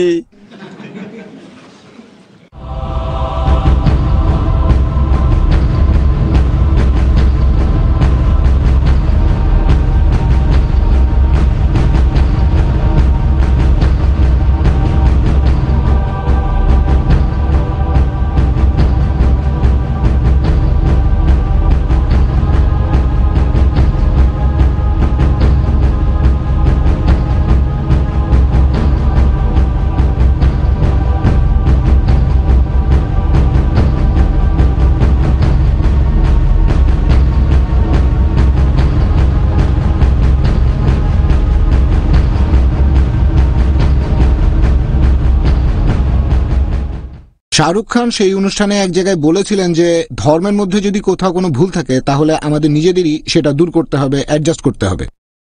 এখন আমাদের কেন ইসলাম ধর্মকে অ্যাডজাস্ট করতে হবে আর লজ্জা পেতে হবে? প্রথমটা, এই টক শো দেখে আমার মনে হয়েছে বারখা দত্ত আর কবির খান একটা নতুন ধর্ম চালু করতে যাচ্ছে, যেটার নাম হলো মডারেট ইসলাম। এখানে যা কিছু বৈধ ইসলামে সেটা নিষিদ্ধ, আর যা নিষিদ্ধ ইসলামে সেটা বৈধ। এ ব্যাপারে আপনার মতামতটা জানতে চাই। আমি চাই আপনি সব মুসলিমকেই জানাবেন যে ইসলাম ধর্মে আমাদের জন্য সবচেয়ে গুরুত্বপূর্ণ কাজটা কি। আপনি বলেছিলেন যে 9/11 এটা ভেতরের কেউ ঘটিয়েছে, বারখা বাধা দিয়েছিল। ভেতরের কেউ ঘটিয়েছে, এটা প্রমাণ করবেন কিভাবে? সোহা সেই অনুষ্ঠানে একটা মন্তব্য করেছিলেন যে বেশিরভাগ মুসলিম হলো নিয়ম না মানা মুসলিম, অথবা তার ভাষায় মডারেট মুসলিম। আর নাজিব জঙ্গ বললেন যে এমন মুসলিমই আছে প্রায় 99%। এখন এই সংখ্যাগরিষ্ঠের ব্যাপারটা কতখানি গুরুত্বপূর্ণ? আমি সোহা আলীর এই কথার সাথে একমত নই। আর কবির খান বললেন 99% লোক নিয়ম মানে না। উনি মানেন না সেটা জানি, উনি যদি নিজের কথা বলতেন তাহলে আপত্তি ছিল না, কিন্তু যদি বলেন 99% মানুষ ধর্মের নিয়ম মানে না, আমি একমত নই। আমার প্রশ্নটা কবির খানকে নিয়ে। তিনি বলেছিলেন যে আমি মুসলিম, কিন্তু ইসলামের সব রীতিকে প্রত্যাখ্যান করেছি, তবে ইসলাম আমার কালচারেই আছে। এই ব্যাপারে আপনি কি বলবেন? কবির খান বলেছিলেন আমি মুসলিম, তবে ইসলামের রীতিগুলো সব ত্যাগ করেছি। তাহলে তিনি মুসলিম হলেন কিভাবে? আপনারা সবাই দেখতে পাচ্ছেন যে আমার মুখে দাড়ি, তবে আমার বাবা কখনো দাড়ি রাখেননি। মাশাআল্লাহ। তাহলে স্বাধীন ইচ্ছাতে রেখেছেন কবির খানের কথা অনুযায়ী? হ্যাঁ, আলহামদুলিল্লাহ, হ্যাঁ, আমিও সেটাই বলছি। আমার মা হিজাব পড়তেন না, আমার বোন 5 জন, তারা সবাই হিজাব পরে। মাশাআল্লাহ, কবির খানকে তো এটা জানানো উচিত। হ্যাঁ হ্যাঁ, আমি এই কথাটা কবির খানকে উদ্দেশ্য করেই বলছি। আমার স্ত্রীও হিজাব পালন করে, আমার শাশুড়ি হিজাব পড়তেন না, তাই আমি কবির খানের জন্য দোয়া করছি যে ইনশাআল্লাহ তার ছেলে একদিন দাড়ি রাখবে আর তার মেয়ে হিজাব পালন করবে ইনশাআল্লাহ। ইনশাআল্লাহ তারা পিস টিভি দেখবে ইনশাআল্লাহ। আর আমি দোয়া করি যেন কবির খানও দাড়ি রাখেন ইনশাআল্লাহ। ইনশাআল্লাহ।